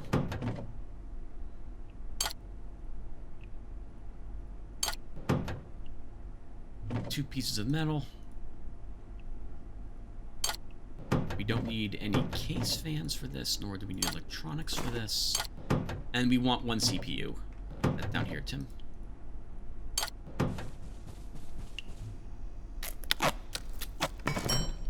We'll grab some tech scraps. Okay, so we need to power the Choppinators. I guess we'll describe this as well. Choppinators damage anything that walks in an area around them. Something that's here will take damage from the Choppinator, and it can damage structures that are too close to them. I think these desks are just outside the range of them, but they don't they're not gonna launch themselves at something to attack them. They don't move around, so these are a static defense that requires something walking into them. But robots are pretty stupid, or at least these ones are, so we can drag a robot over these using our crossbow to pull them and bring them over these Choppinators to let them do the work. At least that's the intention I have. But once again, they need power. And we have an outlet there. There's also an outlet on the other side of that door we could use. I think we'll use that power. You sure, Tim?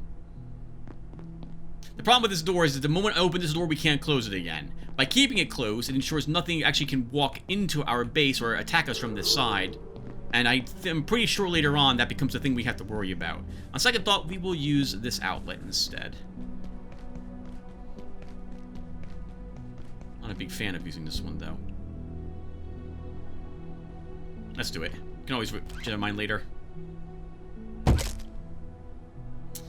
bring it up this way.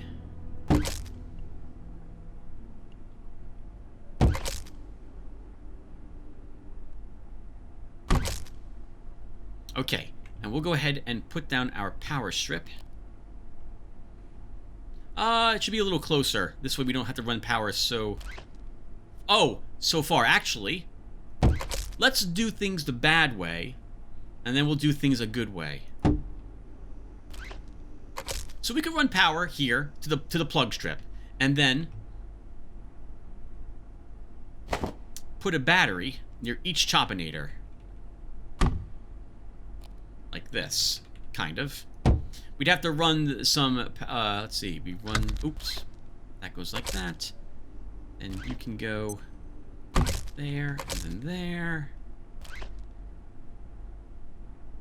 And then if I can somehow click on the front.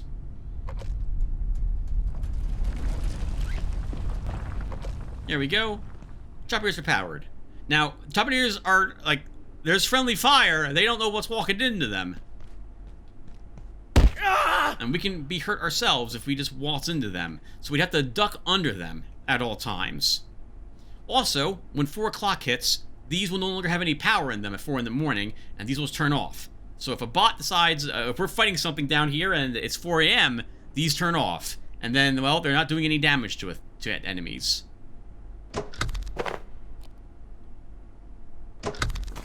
So there's a different way we can do things to be a little more efficient.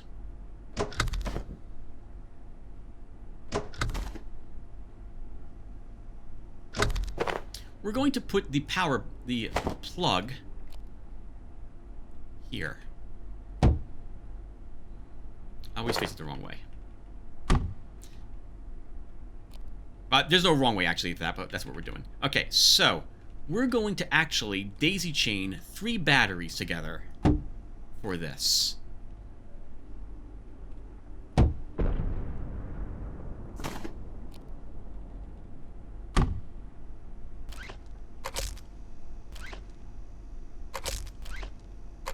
But we're not yet going to use the batteries. There's another thing I want to make.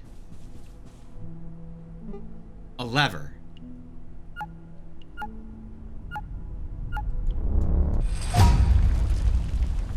The lever will prevent electricity from flowing through it when it's off and allow it when it's on. We will attach the lever over here on the other side of these batteries. This means the batteries will only use their power to power the things that are on the other side of the lever when obviously that lever is on. And we will leave it off as long as we don't need the Choppinators turned on.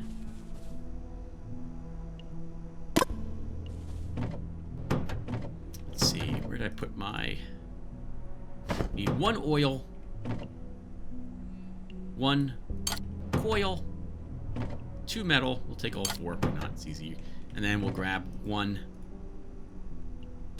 pipe.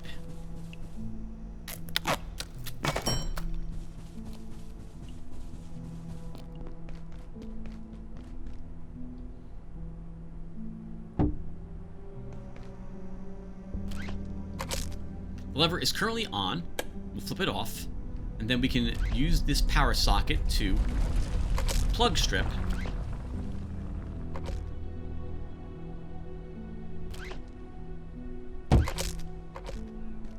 And then, when we throw the switch, that will turn them on. Now, there is a bug sometimes in the game where they're on, but they're not spinning. We will probably notice this the next time we log onto the server. So what I also like doing for this is to help me know if it's turned on or not. We'll actually make our first sign together. We need glue, wood, and a pen for that. We'll go ahead and make 2 signs.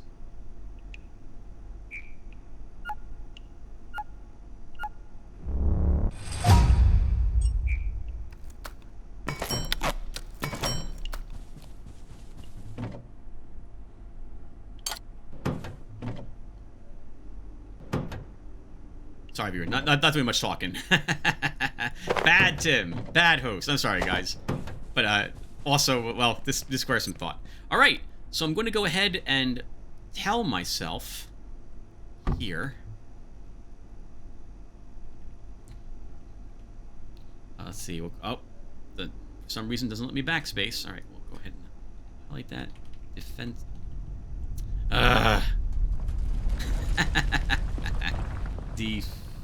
Defensive system.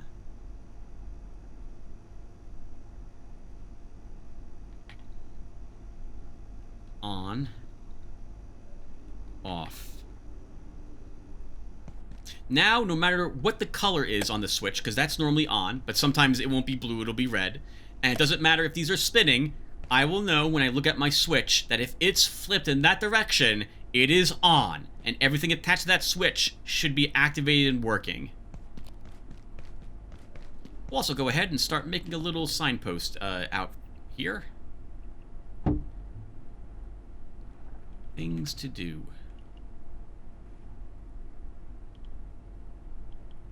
And I'll make more signs later to indicate what I need to do. But right now, it's kind of self-explanatory. We just need to explore more of the world around us. But later on, I will want to make sure I keep track of things that I'm supposed to be doing. Because I get distracted by the sheer amount of things that we could be doing, and then don't do the things I should be doing.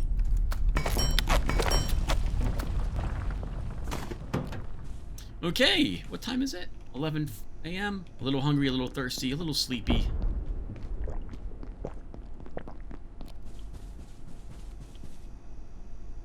Now keep in mind, if we attack something from the other side of those choppinators, like a bot, we'll try doing a bot this evening, and it gets past the choppinators, then they're not going to do a whole lot of work for us.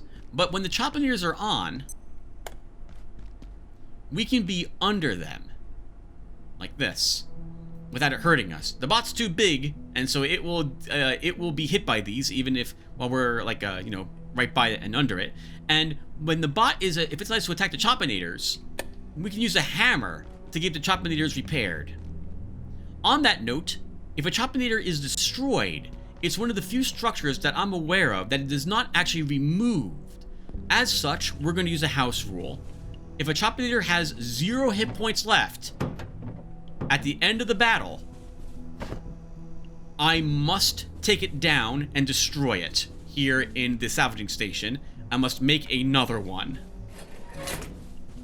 Otherwise, nothing stops me from just hammering it on with the hammer and repairing it to full. And I feel like we should be punished by losing some resources for having a choppinator destroyed. So there's our second house rule.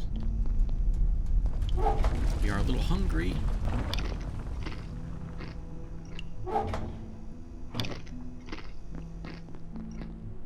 Okay, that's pretty good. Sorry, I'm used to having certain equipment in certain spots. I always have a melee weapon in slot 1, usually another melee weapon of some other sort in slot 2. My crossbow is in 3. Health is in 5. Bandages in 4. Nets I normally don't have equipped because early on in the game they're useful, but later on they fall off rather quickly. Oh, I almost forgot our flashlight. We don't really need the flashlight. I'm not intending to go into place dark, but we don't know that for sure. Let's grab you. Oh, I mentioned that it was a fish fillet for the peas. It's actually root beer he wants for peas, not a fish fillet. That was my bad. Something else I think he wants for a fish fillet.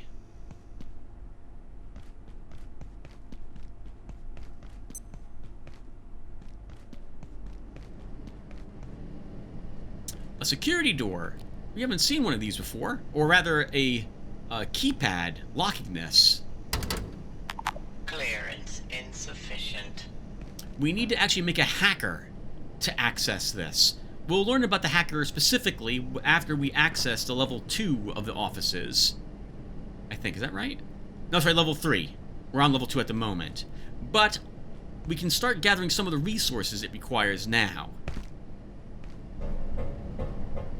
And by now, I mean be prepared to start gathering them, because we can't get them right at this very moment. Grayson, you okay? The soldiers came through. They locked down manufacturing. Wanted information about the silos on level 3. They weren't gatekeepers. They were something else. I couldn't tell them anything. But if you can find a power cell, we can use the forklift to open the door. Get out of here. Through the surface tunnel. We can't heal him, unfortunately. You can't use a hypo on him, you cannot bandage him. Try level 3. The power cells. Energy research team. It may seem a little odd, for example, that, like, Alice is still out there, injured and not moving, and Grayson will be here, as far as I'm aware, for the entirety rest of the game. Which is why I suspect that this is all part of a simulation, and not, say, like, really happening, as it were. Or maybe there's just something about these people that have made them the way they are.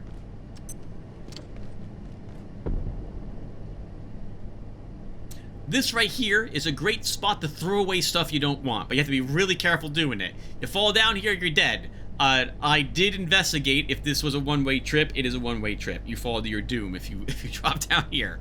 But let's say you have some scrap you don't want, just taking up space, and you're like me and don't like the idea of garbage lying around. You can just walk over here, hit tab, and then drop the stuff. Oh, a little closer. There it is. Gone forever. I think they added something in the game, like a grinder, that you can drop things into to permanently dispose of them. I've never made it, though. I don't know where I would get the recipe from. Anyway, we can't go that way. That door is shut, and we can't open it from this side.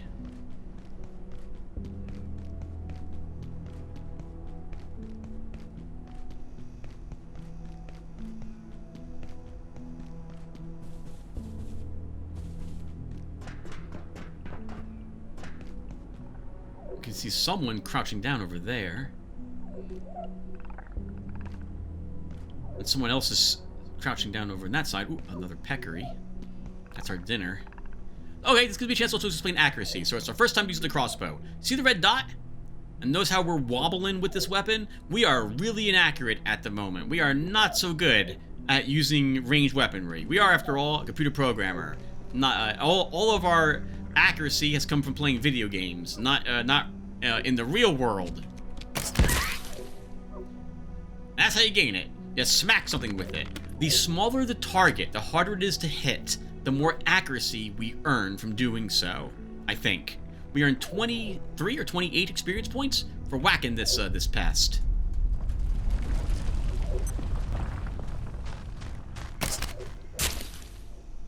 Ooh, 25 from that. The peccary is now aware that it was struck in the side by a crossbow dart. Sorry, crossbow bolt, and it's now... It saw us. It did not see us, it's just angry. Oh! Remember what I said about the carbuncle? There was one right on the corner and grabbed us. Thankfully, we were just barely able to move away. Where were you? A wall carbuncle. Let's go ahead and kill that one. And our reloading got a little better.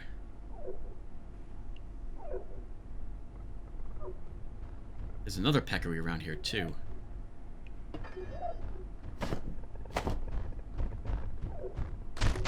Get some experience points sneaking if we can. Nope, game's just not gonna give it to us.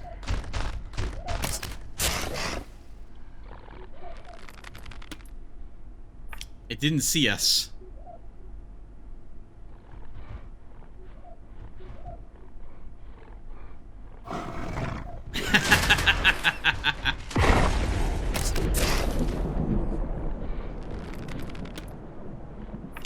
I like watching it get angry, like it's frustrated.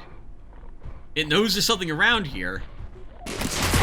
There we go, now it saw us. Well, but that was the last blast we needed to kill it.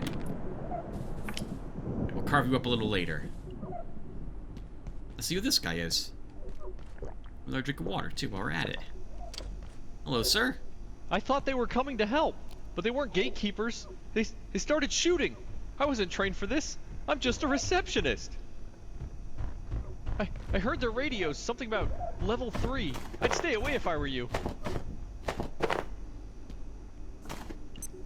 Hide somewhere. But not here, alright? Close the door! Alright, hold on, guys. Don't worry about it. We're leaving. Let's want all the paper while we're there.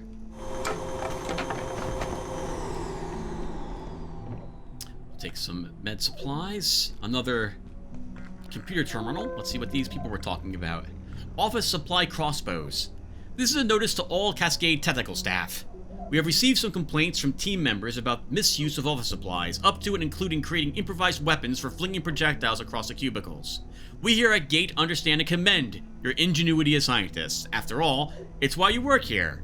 But if you want to continue working in this department, knock it off. RM. No fun. If we didn't have the recipe for the crossbow, we would earn it at this point, by looking at that picture. Bad bots! I've mentioned this before, but your security bots are a menace. They don't seem to distinguish employees at all. And whose idea was it to get them to restock the soda machines? I understand the goal, but there's a ton of valuable equipment in those things, which would have been a lot more useful elsewhere. Moria, why are you telling me this? I'm not in charge of security or procurement. If you're serious, try Anderson. He'd okayed the Wakeman project, and I have never had any problems with the bots. I'd stay out of the halls when we shut down for the night. Like you're supposed to. Let them do their job. We're making valuable strides here. By the way, time is not paused when we're looking at this. We can totally be attacked and killed by looking at a computer, so only look at them when it's safe. Anvils.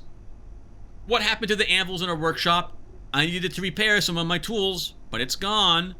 Sorry, that was us. Check the supply closet on level 3 by the silo. We were doing some heavy repairs up there and needed solid working surfaces. That certainly explains the noise complaints. Let us know beforehand next time. A hint that you're not getting any anvils until you can make it upstairs.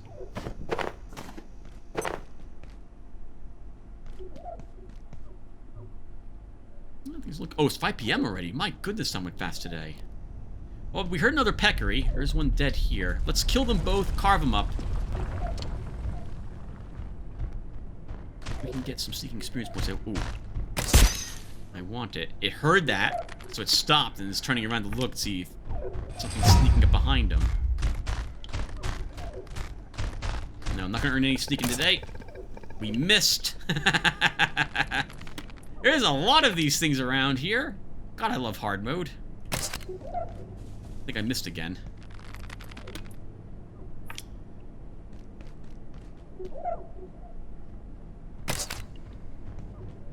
I'm not very good at this.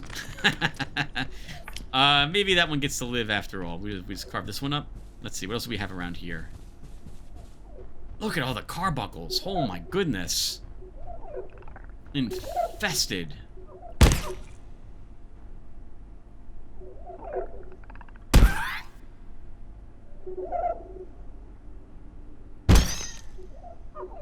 Like that you see experience points for bashing one of them.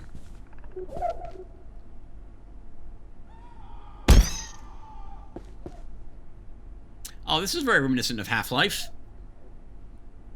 You don't take too much damage from the electrified water, but you will take a bit, and the longer you're in it, the more damage you take. We don't want to risk that right away, but we can probably build something to get across that without too much trouble. Since we're going back home, we'll go ahead and grab a bunch of carbuncle bits. Carve up that dog and cook all this stuff.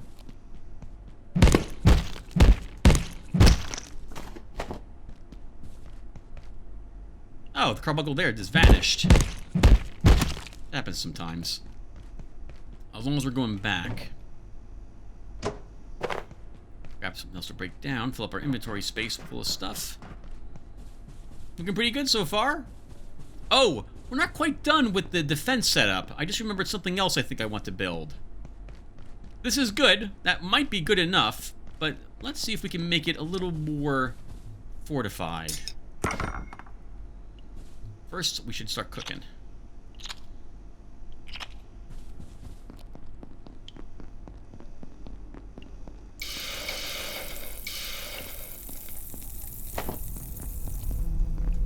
Go ahead and move some water around again. Keep boiling.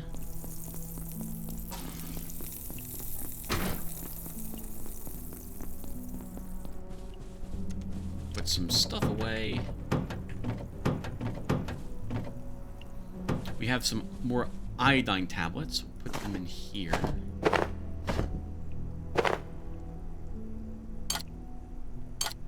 Oh, we have a single healing syringe. That goes there, too. Oh, I forgot. I didn't even see this. Let's go ahead and cook this up, too.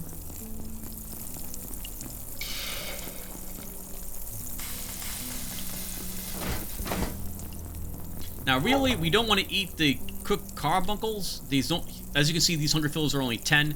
It's... Oh, it's the same amount as the pest faces. So, it doesn't give you much food fill. I thought it was actually worse than that. And it still gives you the same amount of radiation as eating every other type of food. But by cooking it, we do gain cooking experience points. And we're going to want a lot of that.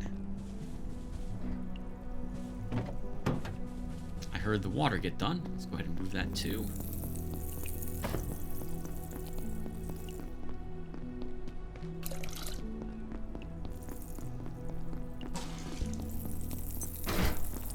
We can go ahead and fill up the empty cooler so we can keep boiling water. Let's wait for this to get done cooking. We're actually a little hungry, so we can probably eat something.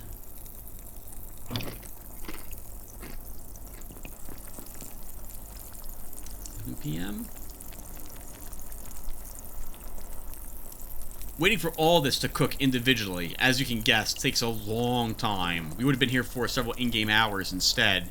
So, another good reason to make all these portable stoves, or the reason why we made these portable stoves is to save us all that time.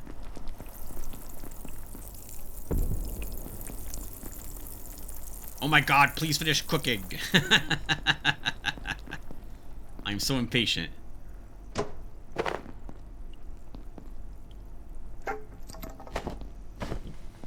There we go.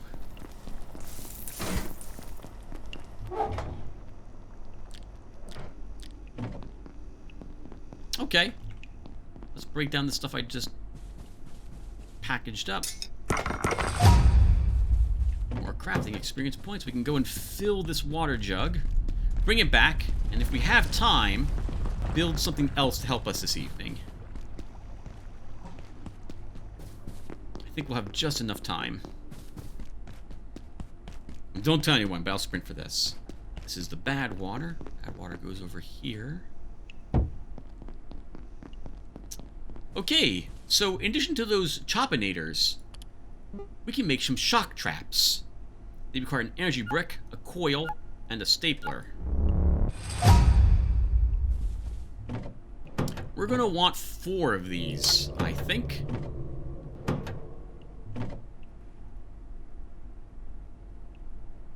That means, well, technically 3 more energy bricks. This sector will be powered down. I should just have enough time to do this. If you have not already evacuated the facility, consider this your top priority. Have a wonderful and productive evening.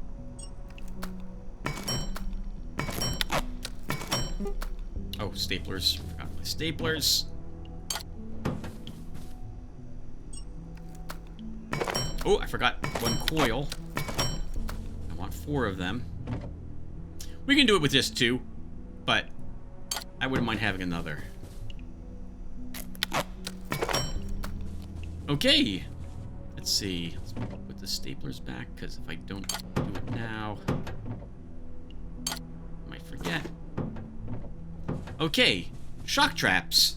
They do a little bit of electrical damage and stun whatever walks over to them. They do not hurt friendlies, only hostiles. We want these to be in the radius of these choppinators. It does not matter which side faces outward, but now that I've decided to do it this way, this is the way they're all going to work.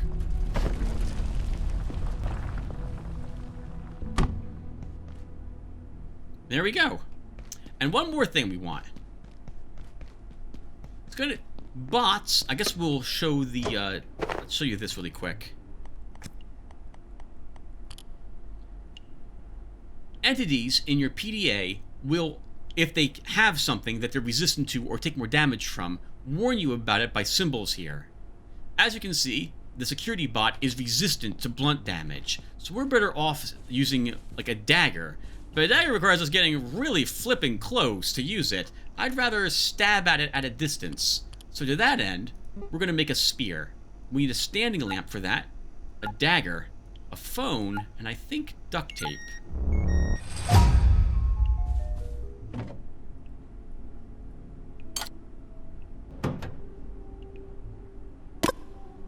No, I was pumping iron the other day. And it's 4 duct tape that we need.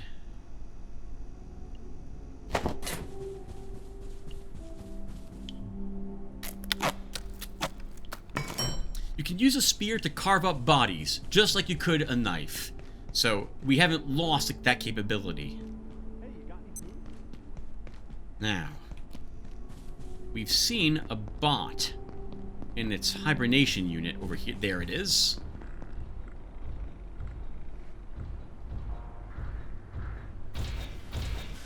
Notice how much sneaking experience points we're getting. Once again, remember we have plus 40%. 20% because of the server, and an extra 20% because of wrinkly brain meat.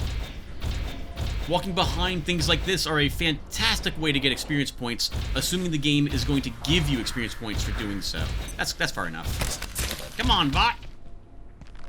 You and me. Well, actually, technically, you, me, my shock traps, and both my chopinators, but whatever. The idea is still the same. You can wake the bots up out of the hibernation unit by attacking the hibernation unit, but I don't really see the point in doing that. They'll eventually come out at night.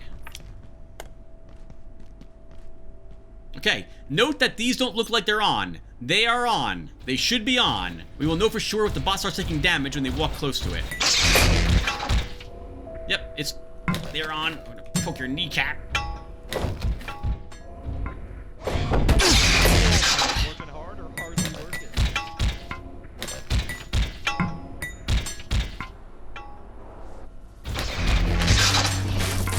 That's all there is to it. Let the chopinators do the work. Oh, we almost lost this office desk by that one slam the bot did. Or because the chopinator is on and it actually can reach it. We'll have to check that next, actually, we can probably test that right after I'm done repairing this stuff. Anyway, we were victorious. Good for us. Fix that desk. Fix you. Bots will tend, or at least these ones, will tend to drop 4 sodas. Root beer, snark crackle or something? Grape soda and I think orange soda. Yep. So, yet again, yet again, the wrong way to phrase that, we need less water because we now have a way to farm bots to get sodas, which can fill up our thirst meter, and they also give you a single metal scrap. We now have a way to get security bot CPUs. We're going to need quite a few of those. And we now have a way to get tech scraps and metal bits from the robots as well. Keep hitting the wrong place. You're going to go with that oil. I guess we can make another container to store the soda, because we're going to end up with a ton of soda.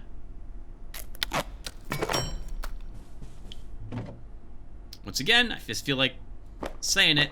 Extra thirst is not at all a bad thing to take. An effective 3 free points. Let's see. Put you here.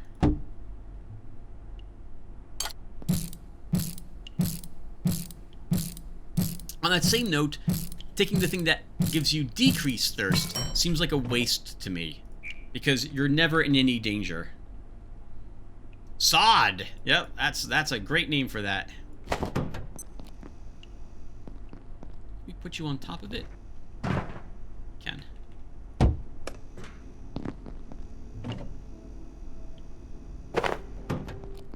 Alright, guys.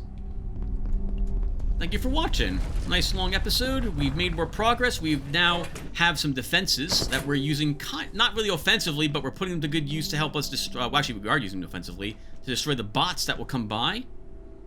The bot should regenerate itself every day. This might not be the case on a dedicated server. Often, I have to reboot the server to make the game remember that it should be respawning things. Sometimes no respawns happen or the game gets a little weird.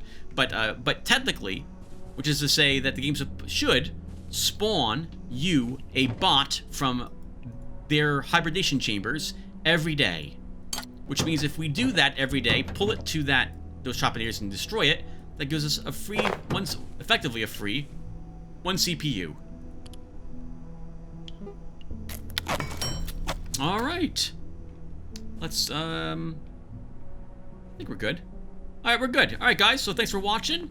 Next episode, we'll explore more of the offices. We'll build something to go across that water and reach the gentleman we saw up above in the ceiling and see what he has to say. And we'll explore more of this place. Anyway, I'll see you guys then. Thanks for watching, everyone.